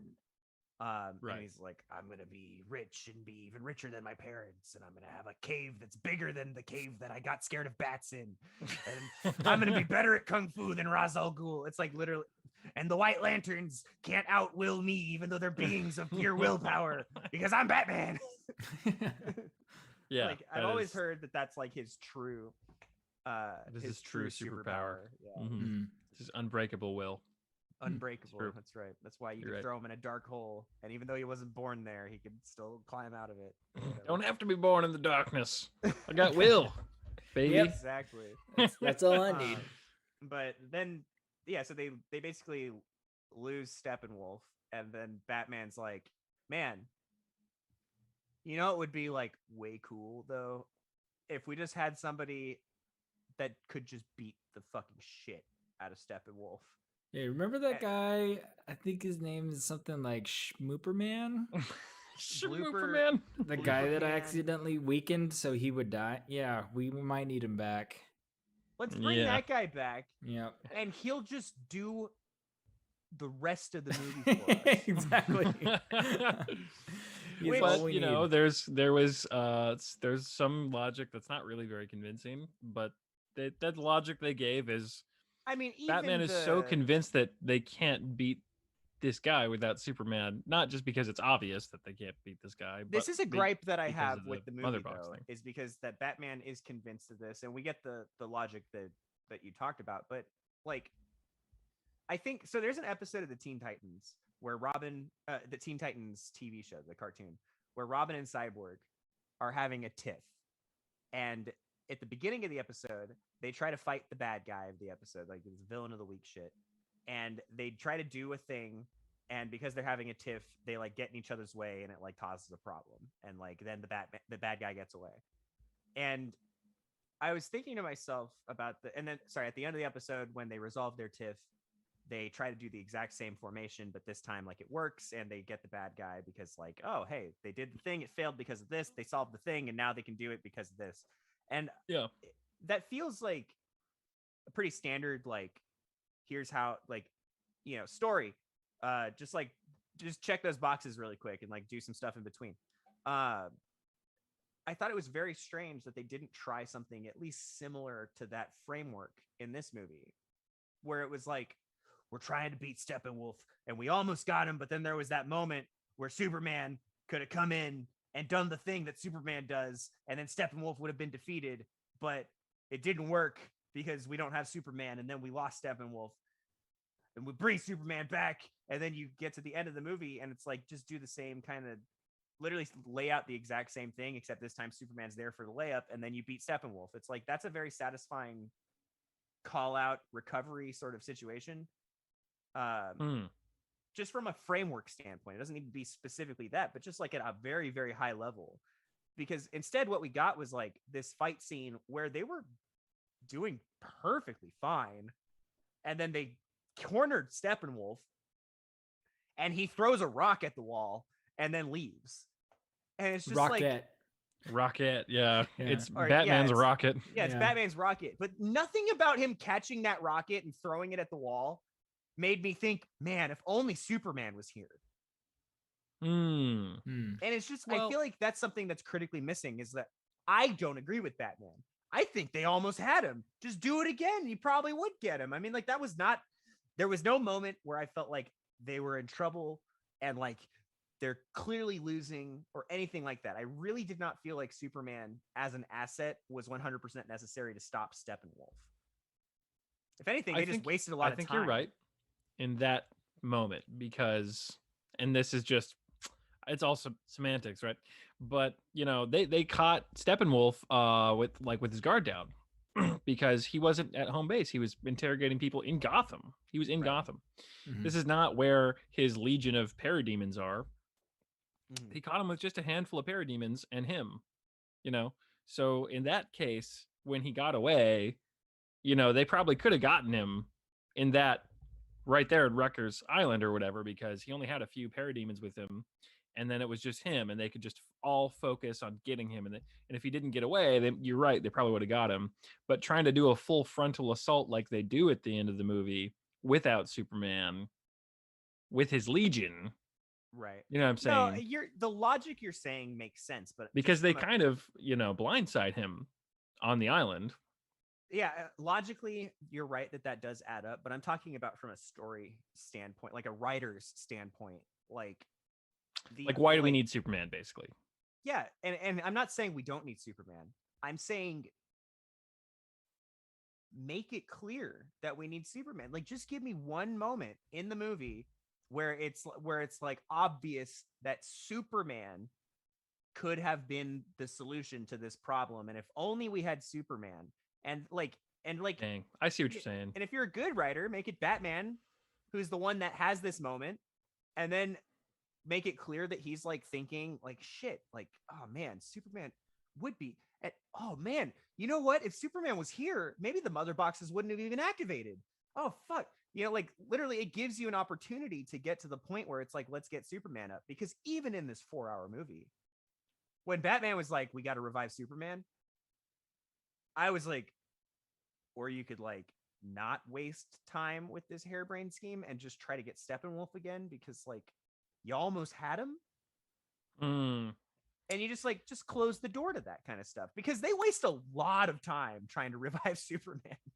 yeah, Steppenwolf probably would have it's a been massive interrogating risk. other people. I mean, Yeah.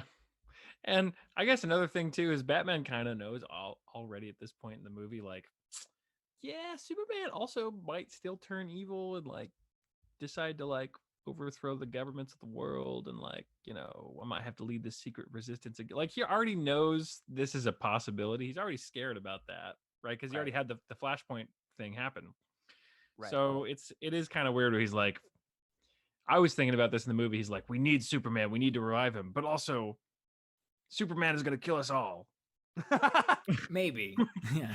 Maybe, Well, we maybe gotta he's risk that. Yeah. Yeah, I don't know. I see what you're saying though. It would have been nice to have a moment, because I'm here going, well, tactically speaking, they had the advantage because they got the drop on Steppenwolf while he was doing the Right. right. But I it's mean, you like can that's not in definitely, it's logical, but that's not a story thing. Like, that's not very obvious. So I get what you're saying. yeah, and that's my only point is like, just give me the scene, give me the because it's not satisfying when Superman's back, because what they, not to I think that Superman's scene. discredit, when Superman is back and he's kicking ass as a good guy, it's just like, Mhm. it's not satisfying at all, because it's like he punches Steppenwolf like 3 times without anybody's help, and then he like throws him and Wonder Woman cuts his head off, and it's like, well, yeah, obviously Superman was the answer. I mean, like, it sounds stupid to think that Superman wasn't gonna like take care of this problem, but that's not satisfying from a story perspective. I don't feel like Superman was the missing piece. I feel like Superman, and this is a problem with just I don't know if it's a problem with DC and Superman specifically or what, but I have a serious problem with the movie in general, because it's like you assemble the greatest heroes of Earth and you have them all fight evil Superman, and they don't even come close to stopping him. And I get that's kind of the point with bringing Superman back because he's the greatest defender of Earth. Like, I get it, but goddamn, if you, like, as a writer, I would be like, please, can we not have a very clear moment where Superman is way stronger than all of them combined and actually doesn't need them at all? Like, can we just not have this moment in the movie, because people are going to see this and feel like, why isn't this just a Superman movie? Why doesn't Superman just, like, why are they driving around the racetrack at the end blowing up towers when Superman could just fly into the brain thing and punch Steppenwolf 3 times and then he's dead? Like, it's just, I mean, this is a very old argument with Superman, is that DC's created too powerful of a character, so you gotta. right. But as a writer, that is a creative limitation where you have to think of ways to make it interesting and fun. Like, right, like maybe like that's a good point, Ben. I kind of, that kind of pissed me off too, because Wonder Woman is supposed to be, and they sort of do it, but Wonder Woman is supposed to be almost as like strong. She's supposed to be the runner up to Superman. Right. Mhm. They do kind of show that, like Aquaman gets thrashed, Cyborg gets thrashed, Wonder Woman like headbutts him or something like that. He like gets taken back for a second, like, what the fuck? And then he like smashes her into the concrete, like, it, you know. Right, he headbutts But her back. That's right, yeah. it's supposed to, it should be a little bit more like gray of an area, like, you know, even you could have fixed it just with a, like, maybe Wonder Woman gets the better of Superman in that fight for, like, I don't know, a little bit or something, or maybe she tosses him around for a moment. Just something that shows like the combined efforts of these superpowered beings is what's going to save the day. Right. Versus, you know, all these guys don't do shit anyway. They really don't matter, and Superman is the only thing that matters. I mean, like, and this sucks because I love this scene. I think it's probably my favorite scene in the whole movie. But when they're fighting evil Superman, and the 3 of them are trying to dogpile him again, and then Barry Allen is like, I'm gonna sneak up behind him, and he's running. So good. That was great. Superman clever as hell. Yeah. Like, Superman's like watching him go past. Yeah. I actually thought that was a fucking amazing scene. But that scene only exists because of a core problem with this movie, which is that Superman is stronger and better than everybody. He's faster than the Flash. He's stronger than Wonder Woman. He can speak to fish better than Aquaman. He can fly faster than Cyborg. It's like, I mean, it's just like, it's like, fuck, dude. This is I couldn't write myself out of this problem. I definitely couldn't. But like, once Superman was revived, Batman should have just given him an address and been like, can you, like, Don't kick our ass. Go kick this guy's ass. He's in Russia. this guy's trying to end Yeah, the world. Russia. Can you deal with this? And then Superman's like, oh yeah, sure. Vroom, vroom. All right. Anyways, That's kind of more like the theatrical cut, to be honest. It's more like That's that. pretty fast. Superman just is kind of revived. Yeah, I mean, which, again, I mean, logical, but not satisfying, right? No. it's the God. problem with Superman, and why I don't think he's a good superhero is because he's too powerful and too good. You know, they wrote this being that can very, like, he's so hard to kill or even hurt, even just a little bit. It doesn't make for a very interesting, like, you can watch Man of Steel and he's literally getting thrown through buildings, dude.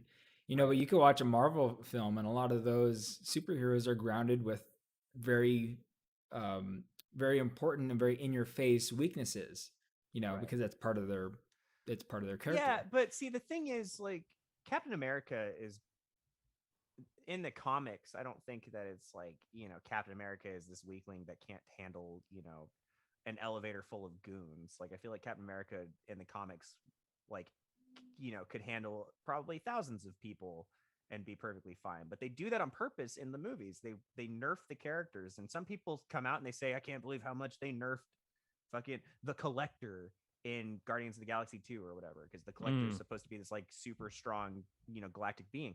Who cares? It's a movie that should be entertaining.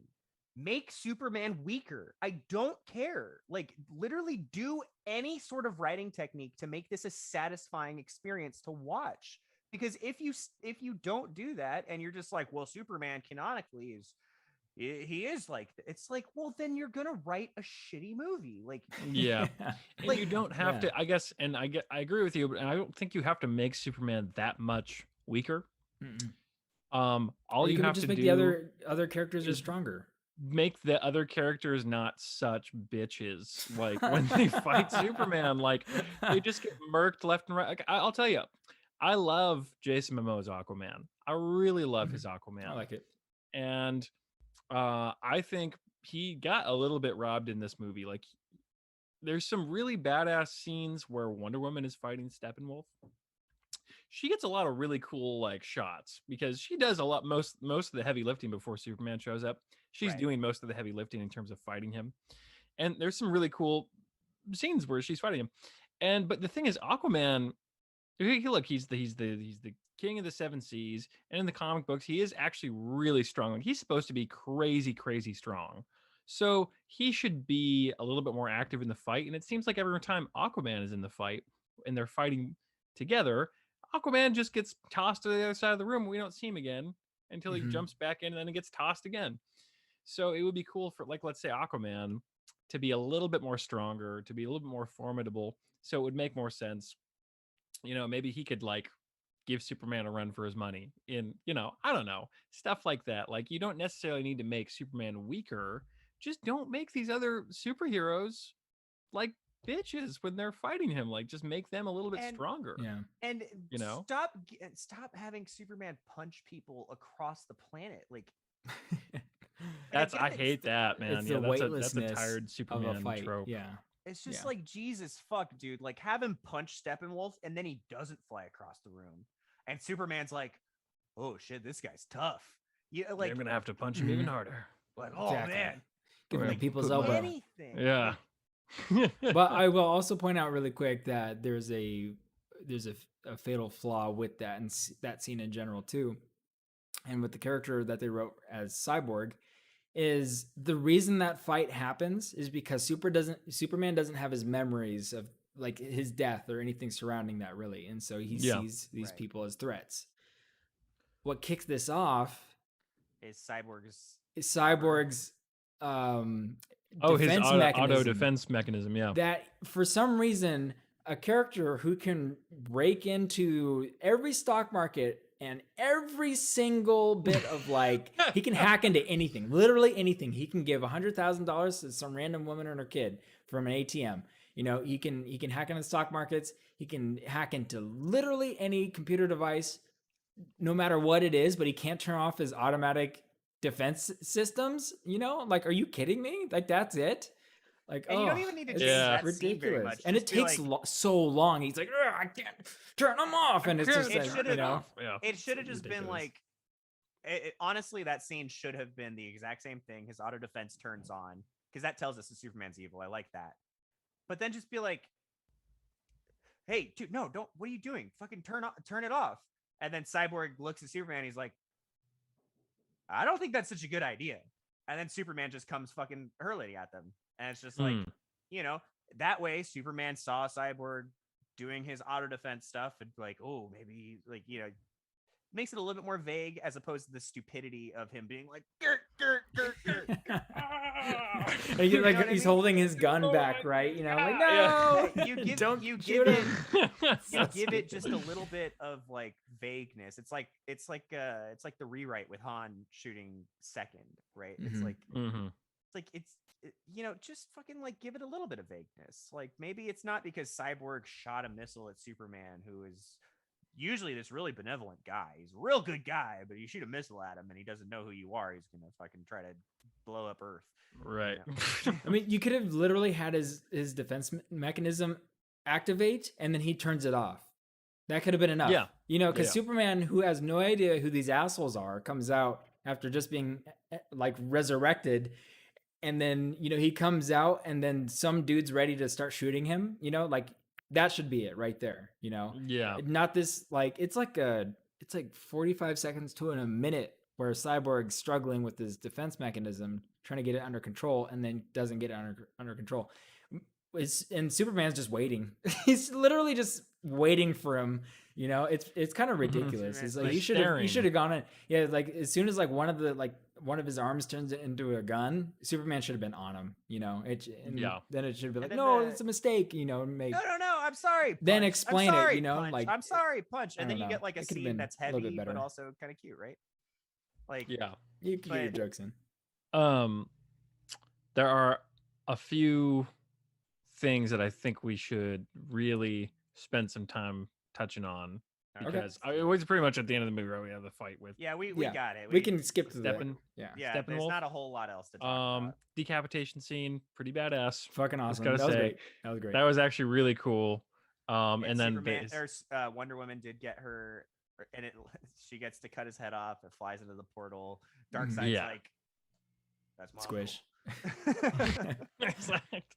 Oh, and okay, sorry, another thing. Superman freaking lasers his horn off. Yeah. that was That was pretty like brutal and kind of almost unnecessary violence, but I liked it. Yeah. I mean, Zack It's like, Snyder. I'm just gonna laser You your could just horn right explain off. all that with one name.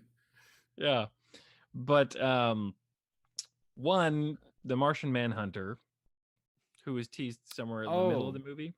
yeah, where he's Right? Lois Yeah. is, or no, he's Martha, but it's not actually. Yeah. Yeah. Kind of crazy. They threw that in there. A little bit. Cool. Cool. It was cool they that he showed up, but it was like, why? Why? Who is this guy? And also, I guess that conversation between Martha and Lois wasn't that important. It It kind must of have not been. undermines. It's not really Martha. Yeah, And undermines then the. he shows up at the end of the movie, and he's like, "Can I be in any sequels?" That's yeah, that's the, all. Yeah, it's like, That's well, screen you know, I don't know if I want you in my team. You kind of did nothing the last time. We just Yeah. did all this shit. By where were you? You were here this whole time. You didn't. You've do been here the anything? whole time. Yeah. It's very so that expensive to was- put on this makeup. This is some expensive CGI. Also, has he been Martian Manhunter the whole time? Because that character's from Man of Steel. I think that's what's implied. I think that's what's implied. Okay, because yeah, he's Mhm. like been in this DC universe since the first one that they did.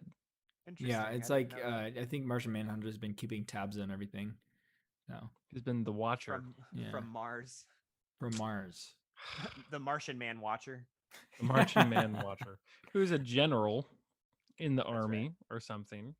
So he's been watching things, but also being a general. Doing Okay, general things. doing generally general speaking. things. Doing general But things. even more importantly, I think what we should talk about is the freaking The nightmare sequence. Do you want to start, Jer? It's- Because it's I a feel like long we've been sequence. taking It's we've very been taking long. the Yeah, Oh, tell us- dude. tell us Yeah, your go ahead, So go ahead. okay, first to preface, the nightmare sequence is obviously an eventuality as a part of the Flashpoint paradox, right? This is like this is an eventuality that's teased in Dawn of Justice, right? When Flash, it's cool to see the Flash, like the post-apocalyptic Flash costume that we saw in Dawn of Justice. So we finally And get it's some not payoff Barry, for that. right? It's somebody else. Is it like Wally or something? You know what? I'm not sure if that's abundantly clear. I thought it was. I don't know. I don't I- know my flashes. I thought it was actually not the actor that plays Barry, which made me think it must be a different Flash. It may be, or I thought it could just be Barry with facial hair. That's don't what I know. thought. I thought it was Barry with facial hair to make him look more worn in the Oh, road, okay. you know, Like it. road worn. But oh damn, and there's okay. So let me get back to what I was saying. So there's the Flashpoint thing, and then there's at some point in this movie, Batman has another dream sequence, and this one is the actual like this is like the Dark Apocalypse comic book storyline coming true where Superman actually loses against Darkseid and is imprisoned, and Darkseid kills all the Atlanteans, which was crazy. You get to see the Oh, Omega right. beams finally. The Right. the Omega beams. That's what they sound like. Yeah, exactly. And I guess he kills Aquaman, and like you get to see all these nightmare eventualities play out. And so then they tease at the end of the movie, this sort of like resistance that Batman has been leading the charge on, basically. Which again, in Dawn of Justice, they teased that Batman was basically building a coalition of people to fight Superman.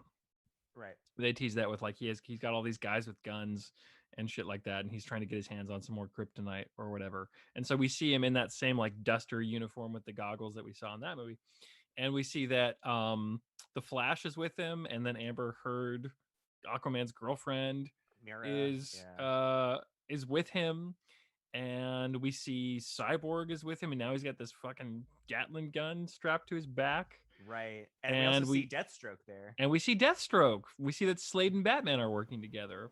which is And interesting because Slade was in the scene just previous to this trying to kill Batman yes, in yeah, the so that's kind of current fun. reality, and it's just like, okay, Yeah, and so these dudes are basically forced to work together, which is actually what happens in the comic books. These guys do end up like, having to work together. But then the one thing that I don't think was ever in the comic books that they made happen in this is he's working with the Joker.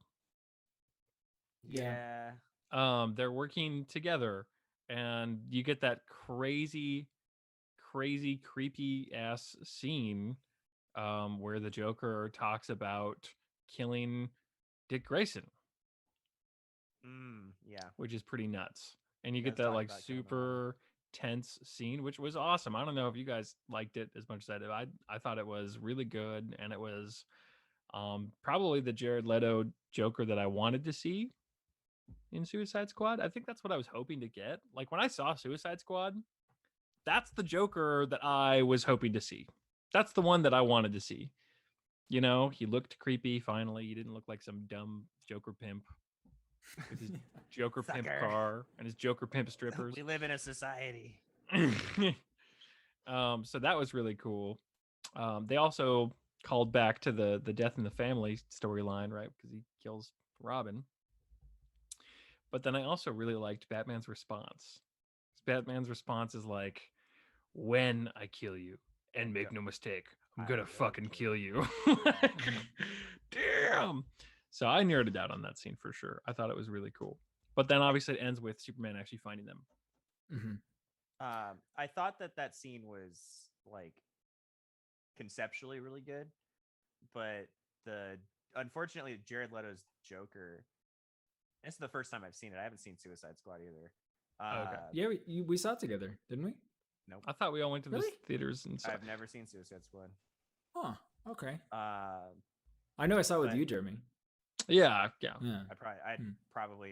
I may have even been like, no, I refuse. because I had zero intention of seeing that movie. But he like, dude, I mean, I didn't think it was possible to do a bad Joker, because like everybody that's done the Joker up to Jared Leto, I think has done an amazing job, including like Joaquin Phoenix. But the like his like weird, his like laugh and everything, I was just like, this is, maybe it was because it like didn't even belong in the movie. Like there was no reason for that scene to exist in this movie at all.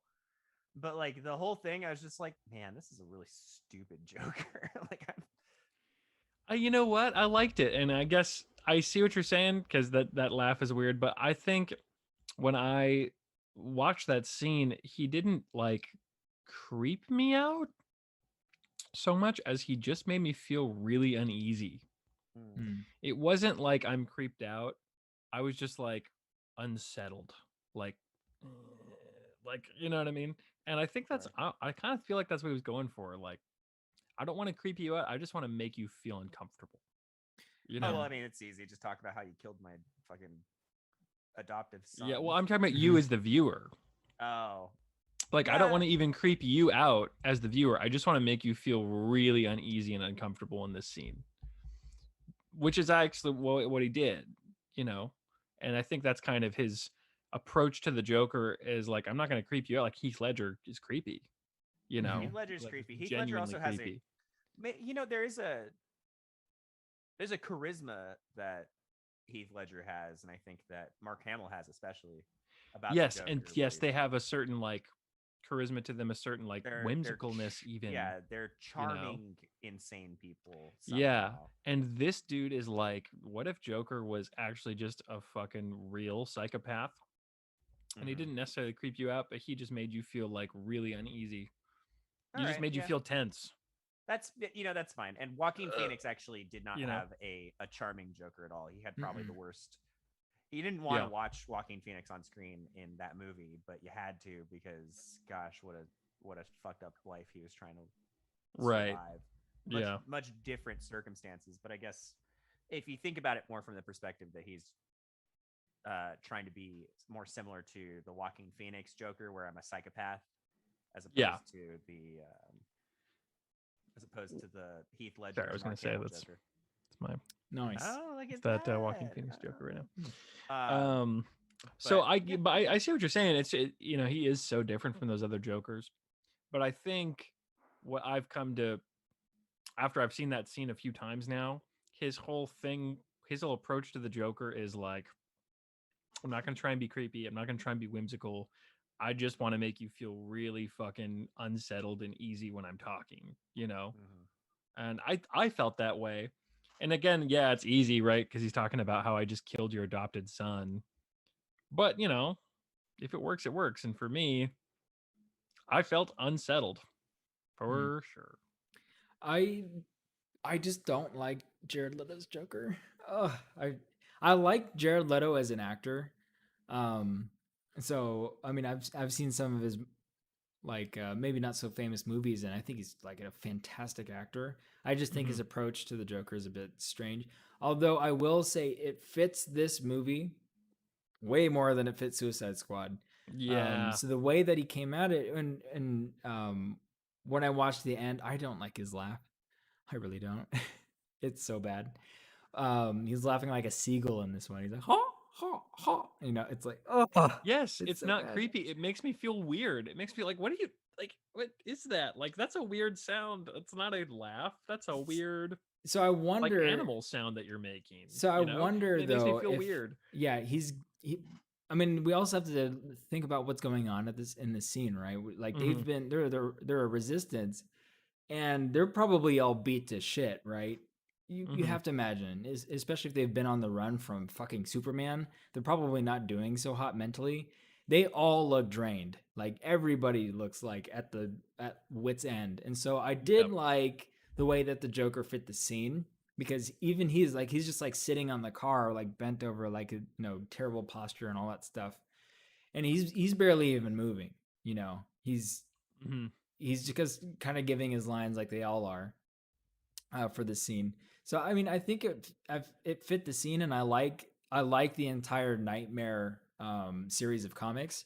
Um, but yeah, I don't know. I just Jared Leto's Joker just doesn't do it for me, man. And if you had someone coming in like Heath Ledger's Joker, it would not fit that scene. If you had Joaquin Phoenix's Joker come in, it would not fit that scene. I I think don't Joaquin like Jack Phoenix's Joker Nicholson's Joker, so probably that could have been wouldn't fine. fit. Well, I don't Jack know. Nicholson's Joker only makes sense in a Tim Burton movie. Yeah. Exactly. Yeah. But what strikes me now as odd is like, isn't the Joker's skill set generally that he is like just as brilliant as Batman, so he can come up with like all these schemes, but in reality, he's like kind of a pathetic wimp when it comes to like confrontation. Like like every scene that I've ever seen of the Joker versus the Batman, like in animated films or on screen, like the Joker's just getting his ass kicked. And most of the time he's like, ha ha ha ha, you're beating me up and I don't care because my plans are so much more important than my body. Like Right. whatever. So like now that we're thinking about this a little more critically, what the fuck does the Joker have to add to being a part of this resistance group exactly? Like, isn't he just a liability more than anything? It's not like he has like cronies that he can hire to like, subvert society for Superman. That makes you I think have a though, like theory. why is he Okay. there? See, that's I have why a that's theory. why I like this because like if the Batman is relying on the Joker for something, especially and the Joker's right, like he just killed Dick Grayson, and that's huge. That's huge. It always has been that plot line, and it's been in many different universes. And so, what is it? What do you think, Jer? Okay. Well, so there's a comic book storyline, the Injustice storyline in Justice League, and they seem to kind of hint towards it a lot in this movie, because in the Injustice storyline, there becomes two factions. There's the Batman faction and all the Justice League people who split off with him, and there's all the people who decide to become like the new tyrannical force in the world, and they join Superman. Superman's the dictator. And the whole reason it pops off is for the same reason that it apparently pops off in this universe, is because Lois dies. Mhm. And Ah, in the Injustice storyline, guess who kills Lois Lane? Joker. The Joker. The Joker actually kills Lois Lane because he's an anarchist. And he knows that like he'll basically set off this fucking crazy chain of reactions if he kills Lois Lane, because he finds out that Lois Lane is connected to Superman. And it's that incident that actually makes Superman snap. And there's this really famous comic strip, this fairly famous panel. It's really bloody, where Superman finally finds the Joker and just just sticks his entire fist straight through the Joker's body, just right. Wow. And in the I haven't background, you seen see that. Batman. Batman's face is just like, oh, we're so fucked. Like everything's fucked. Oh.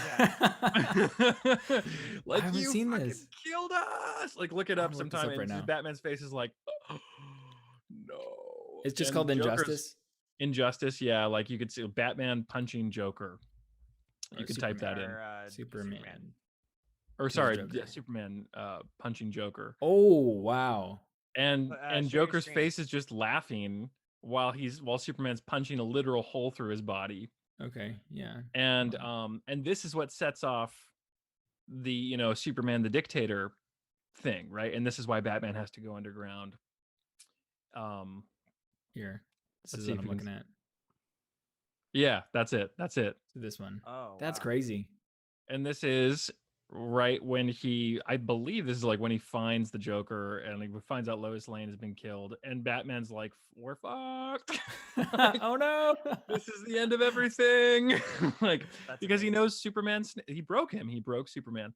This is That's what Joker is crazy. trying to do to Batman always. He's Right. always trying to break Batman. That's why he killed Dick Grayson. Right. But Batman So- has an indomitable will.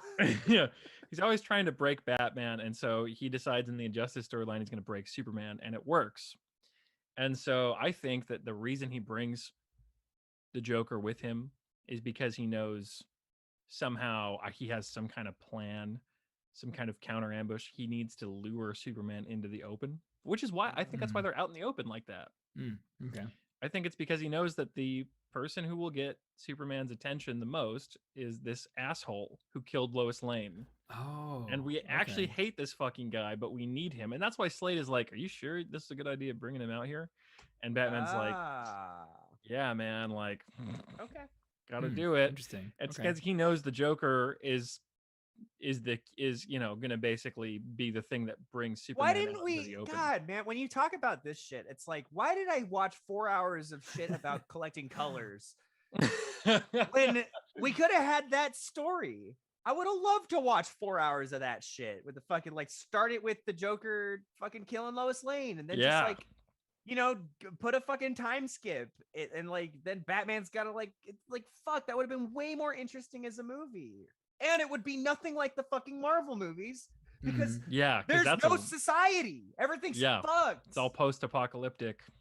And like you don't like man, that would have been fucking way better than what we got. There, At least I mean, when different. you Yeah, when it you would've look into a lot of this stuff, a lot of comic books go fucking dark, man, and they don't touch on them in the movies.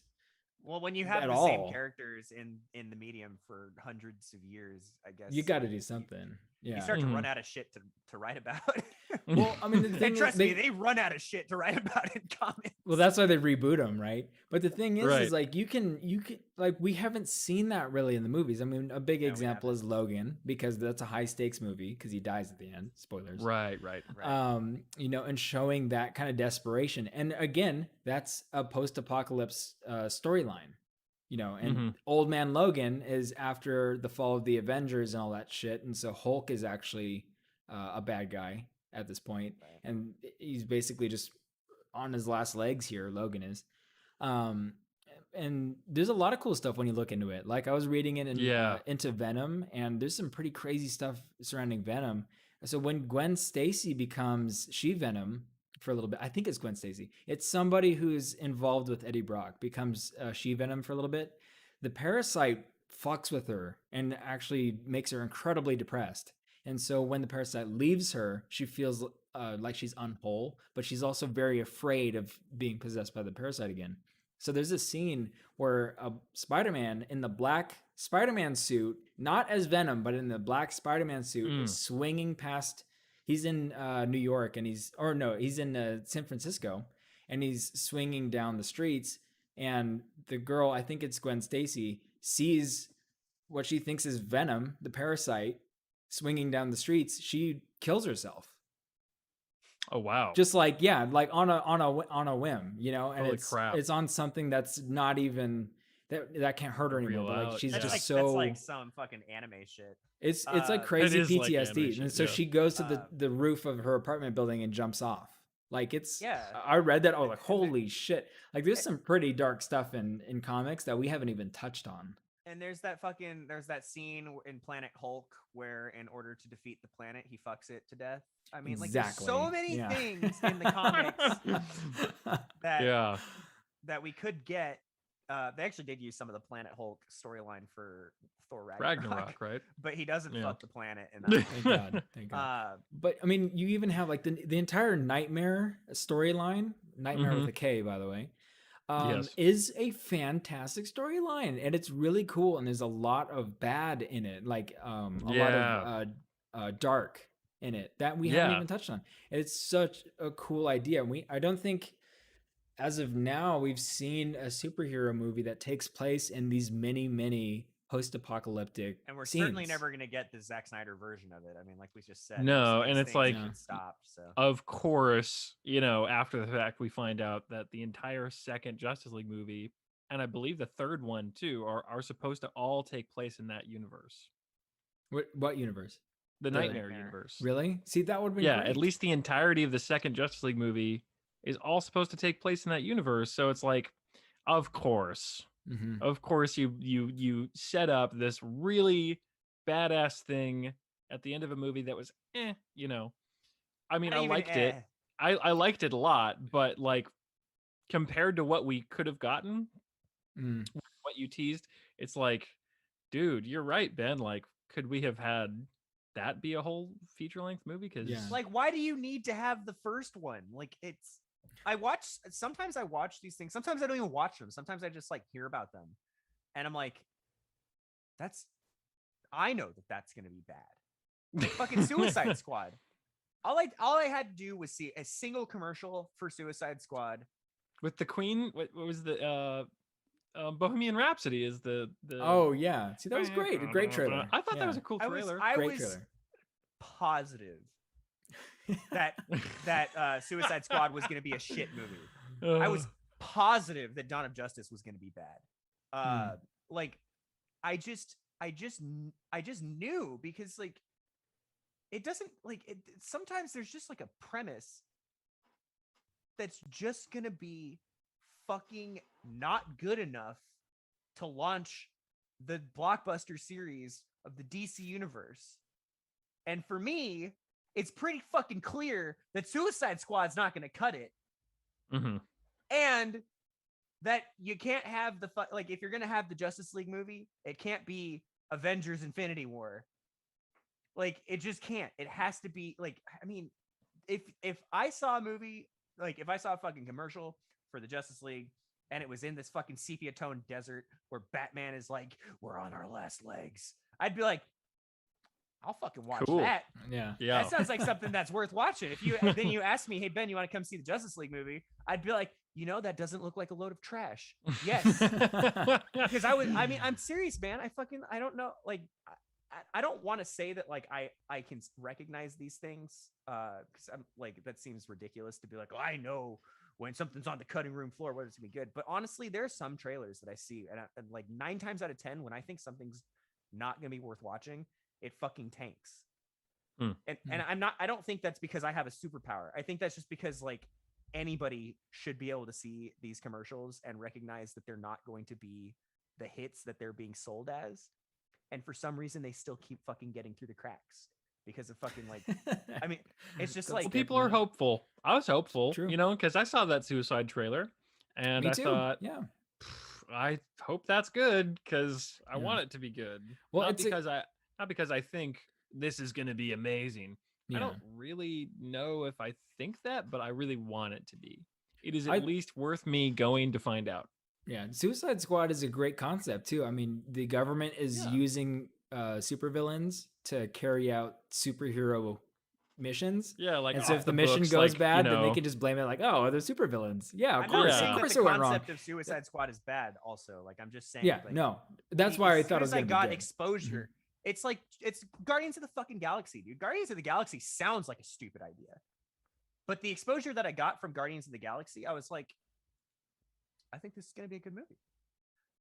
And like I honestly cannot believe that I'm the only person that is able to like experience this stuff. Maybe it's just because I'm not as close to comics as Yeah, I guess people that's are, kind of what I was trying to say is like when I saw it, the trailer, I thought I really want it to be good. And it didn't even it occurred to me like, yeah, it could suck. It could be bad, but like I really am excited about it because I want it to be good because I like this idea of the Suicide Squad. I do think it's a cool concept and I envision the possibilities. And so it's like, well, if you can do what I'm thinking, I'm nobody. Like you're David Ayer. right. You did End of Watch.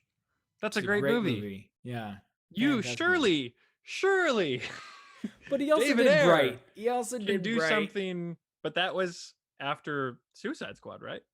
I think Bright was Yeah, that's true. So it's like Yeah. surely David Ayer can do something better than the quick little like idea that I have in my mind because I'm nobody and you're David Ayer. So hopefully, I'm not saying it's gonna be good, but like I said, I hope it's trust. good. Mhm. I trust, and my trust is misplaced. I mean, So time after time.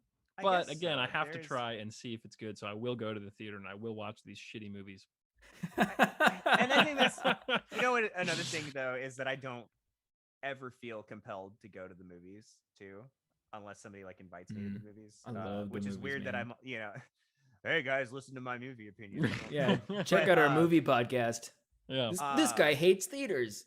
I don't hate theaters. I like good movies, and I think that there are very few, especially recently, good movies.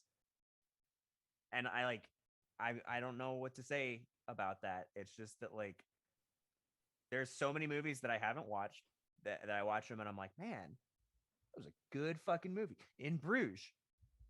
I bet if that was playing in theaters, I wouldn't have been like, I want to watch that. But that was a good fucking movie. Mm-hmm. Justice League. I guess we can get to our ratings here. Yeah. Justice League was the Snyder cut. I'll give it a 6. I didn't hate it. I actually thought that it was a cohesive enough story. The pacing was really well done. The action scenes, for the most part, were cool. There was a couple hokey things that we could have not done with, but whatever. Like you did pretty good on all that stuff.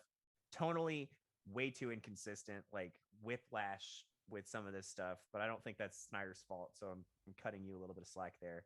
Would I ever watch this movie again? Absolutely not.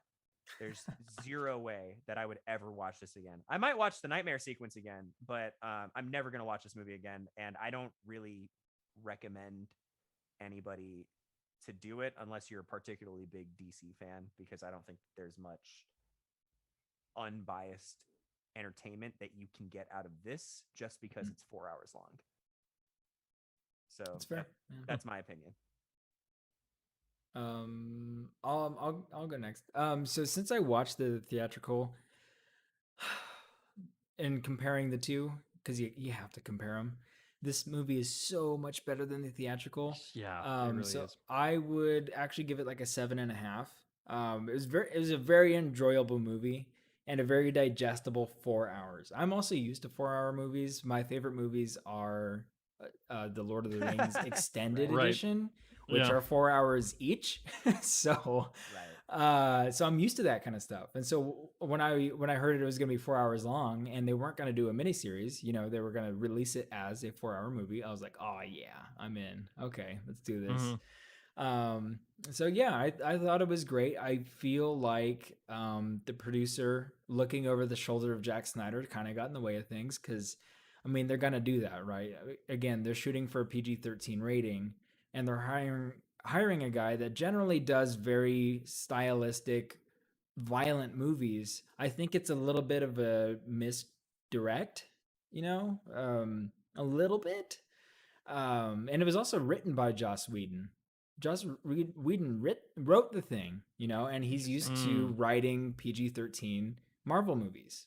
And so that's also the problem where you're having this guy who writes PG-13 Marvel movies is being directed by a guy who directs movies like Watchmen and 300, which are very violent and tonally very different.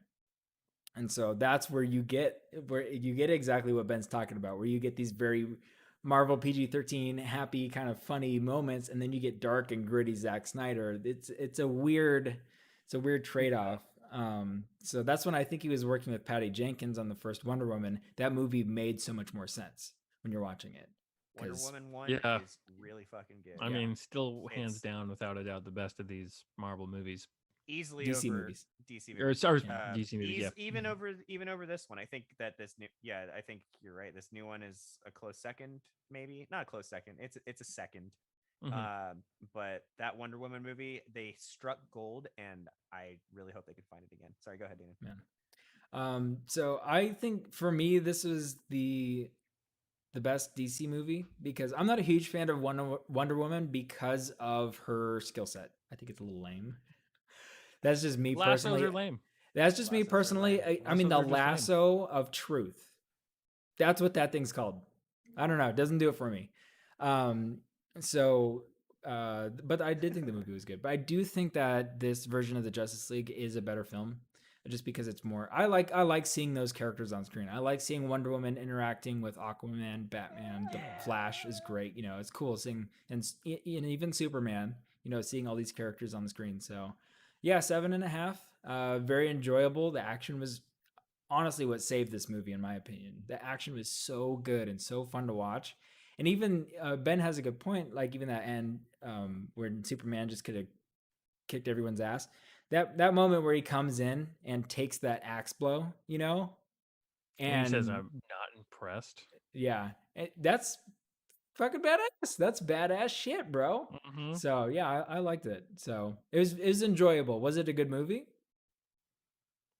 It did its job. It set up some very interesting DC universe things, and told a fun story. So, yeah, that's all I got.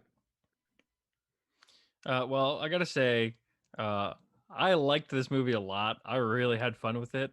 Ben is not wrong about any of the major issues throughout in terms of tone and all that stuff. I didn't see any of it when I first watched it.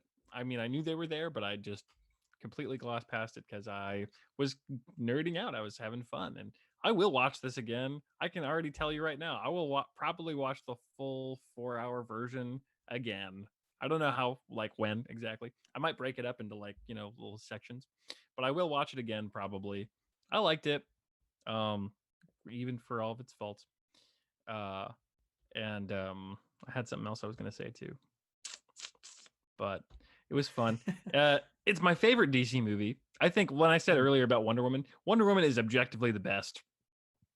I think I think so too. DC movie, but this is my favorite. It's just got all the things that I wanted from DC movies from the get-go that I've never been able to get. Man of Steel didn't do it for me. None of these other DC movies have even come close to making me feel like I'm watching a proper DC property on screen. And when I watch this movie and I see that they finally took the time to flesh out all these characters, like especially like Flash and Cyborg, who didn't have their own movies and still don't have their own movies and probably never will at this point, it was really nice to see them flesh that stuff out. And the action was so much better. I was griping about WandaVision and how it's just like the most generic, dumb superhero laser beam, hemorrhoid, and which Dawn of Justice was actually guilty of too, another DC movie. This one was great, man. Like it was so good. The action was good. It was the first DC movie I really felt, and even Wonder Woman, for how as good as it is, still guilty of that crappy generic fight scene at the end with Ares. I didn't like it. True. That's true. And that's the best DC movie. This has the best action of any DC movie by far. And so yeah, I really liked it. It was really fun. I will enjoy it again. Was it objectively great? Was it objectively the best DC movie? No, but it was a lot of fun and it was very satisfying. I did have a great time watching it. That's true. Yeah. It was a fun watch, especially the crowd that we were watching it with. Getting toasted while making fun of the movie. And especially that scene where the guy who's having fucking Aquaman translate to him starts speaking English. Yeah. I hate tropes like that. What the Don't fuck? do that anymore. I don't know. The guy can't speak English. Don't have him speak English. God Also, damn it. he's some random smelly ass fisherman, dude. Like, why is he having some dude translate for him when he can speak for himself? He's not a king. What the fuck is this? I don't know. That was He's weird. Not the king in of this the place. seven seas. Yeah, he's the king of this fucking pub. God. You know, Oh, that'd be man. like walking in and then Jerry's drunk off his ass again, and then he can't speak, so he has some other dude. Oh, that's why Aquaman was translating. He wasn't translating into Finnish. He was translating into drunkies. Oh, okay, it all makes sense there you now. go. 10 out of 10. Best movie Oh ever. man, perfect. How many, dude? Fucking. One day I hope to own as many shirts as Aquaman. Yeah, dude, he's just fucking tossing those away. Tossing them left and right. He's also don't need this. littering. He's literally littering. There we go. Yeah. Oh my In God, he in the does ocean, like littering. he drinks that like the whiskey and he just slams it down Tosses on the the bottle. on the jetty. No you know? regard for the environment. Yeah, yeah. King of the I just seven seas, my ass. I like how Oh. Zack Snyder cut that scene where he goes back in the waves and he's like, okay, get that glass. Okay, sorry, he's in the moment. looked Threw really this cool. away. Yeah. So God damn, no woman singing for him in that scene. That's Yeah. actually who cleans it up is the fucking the sweater smeller. the sweater smeller.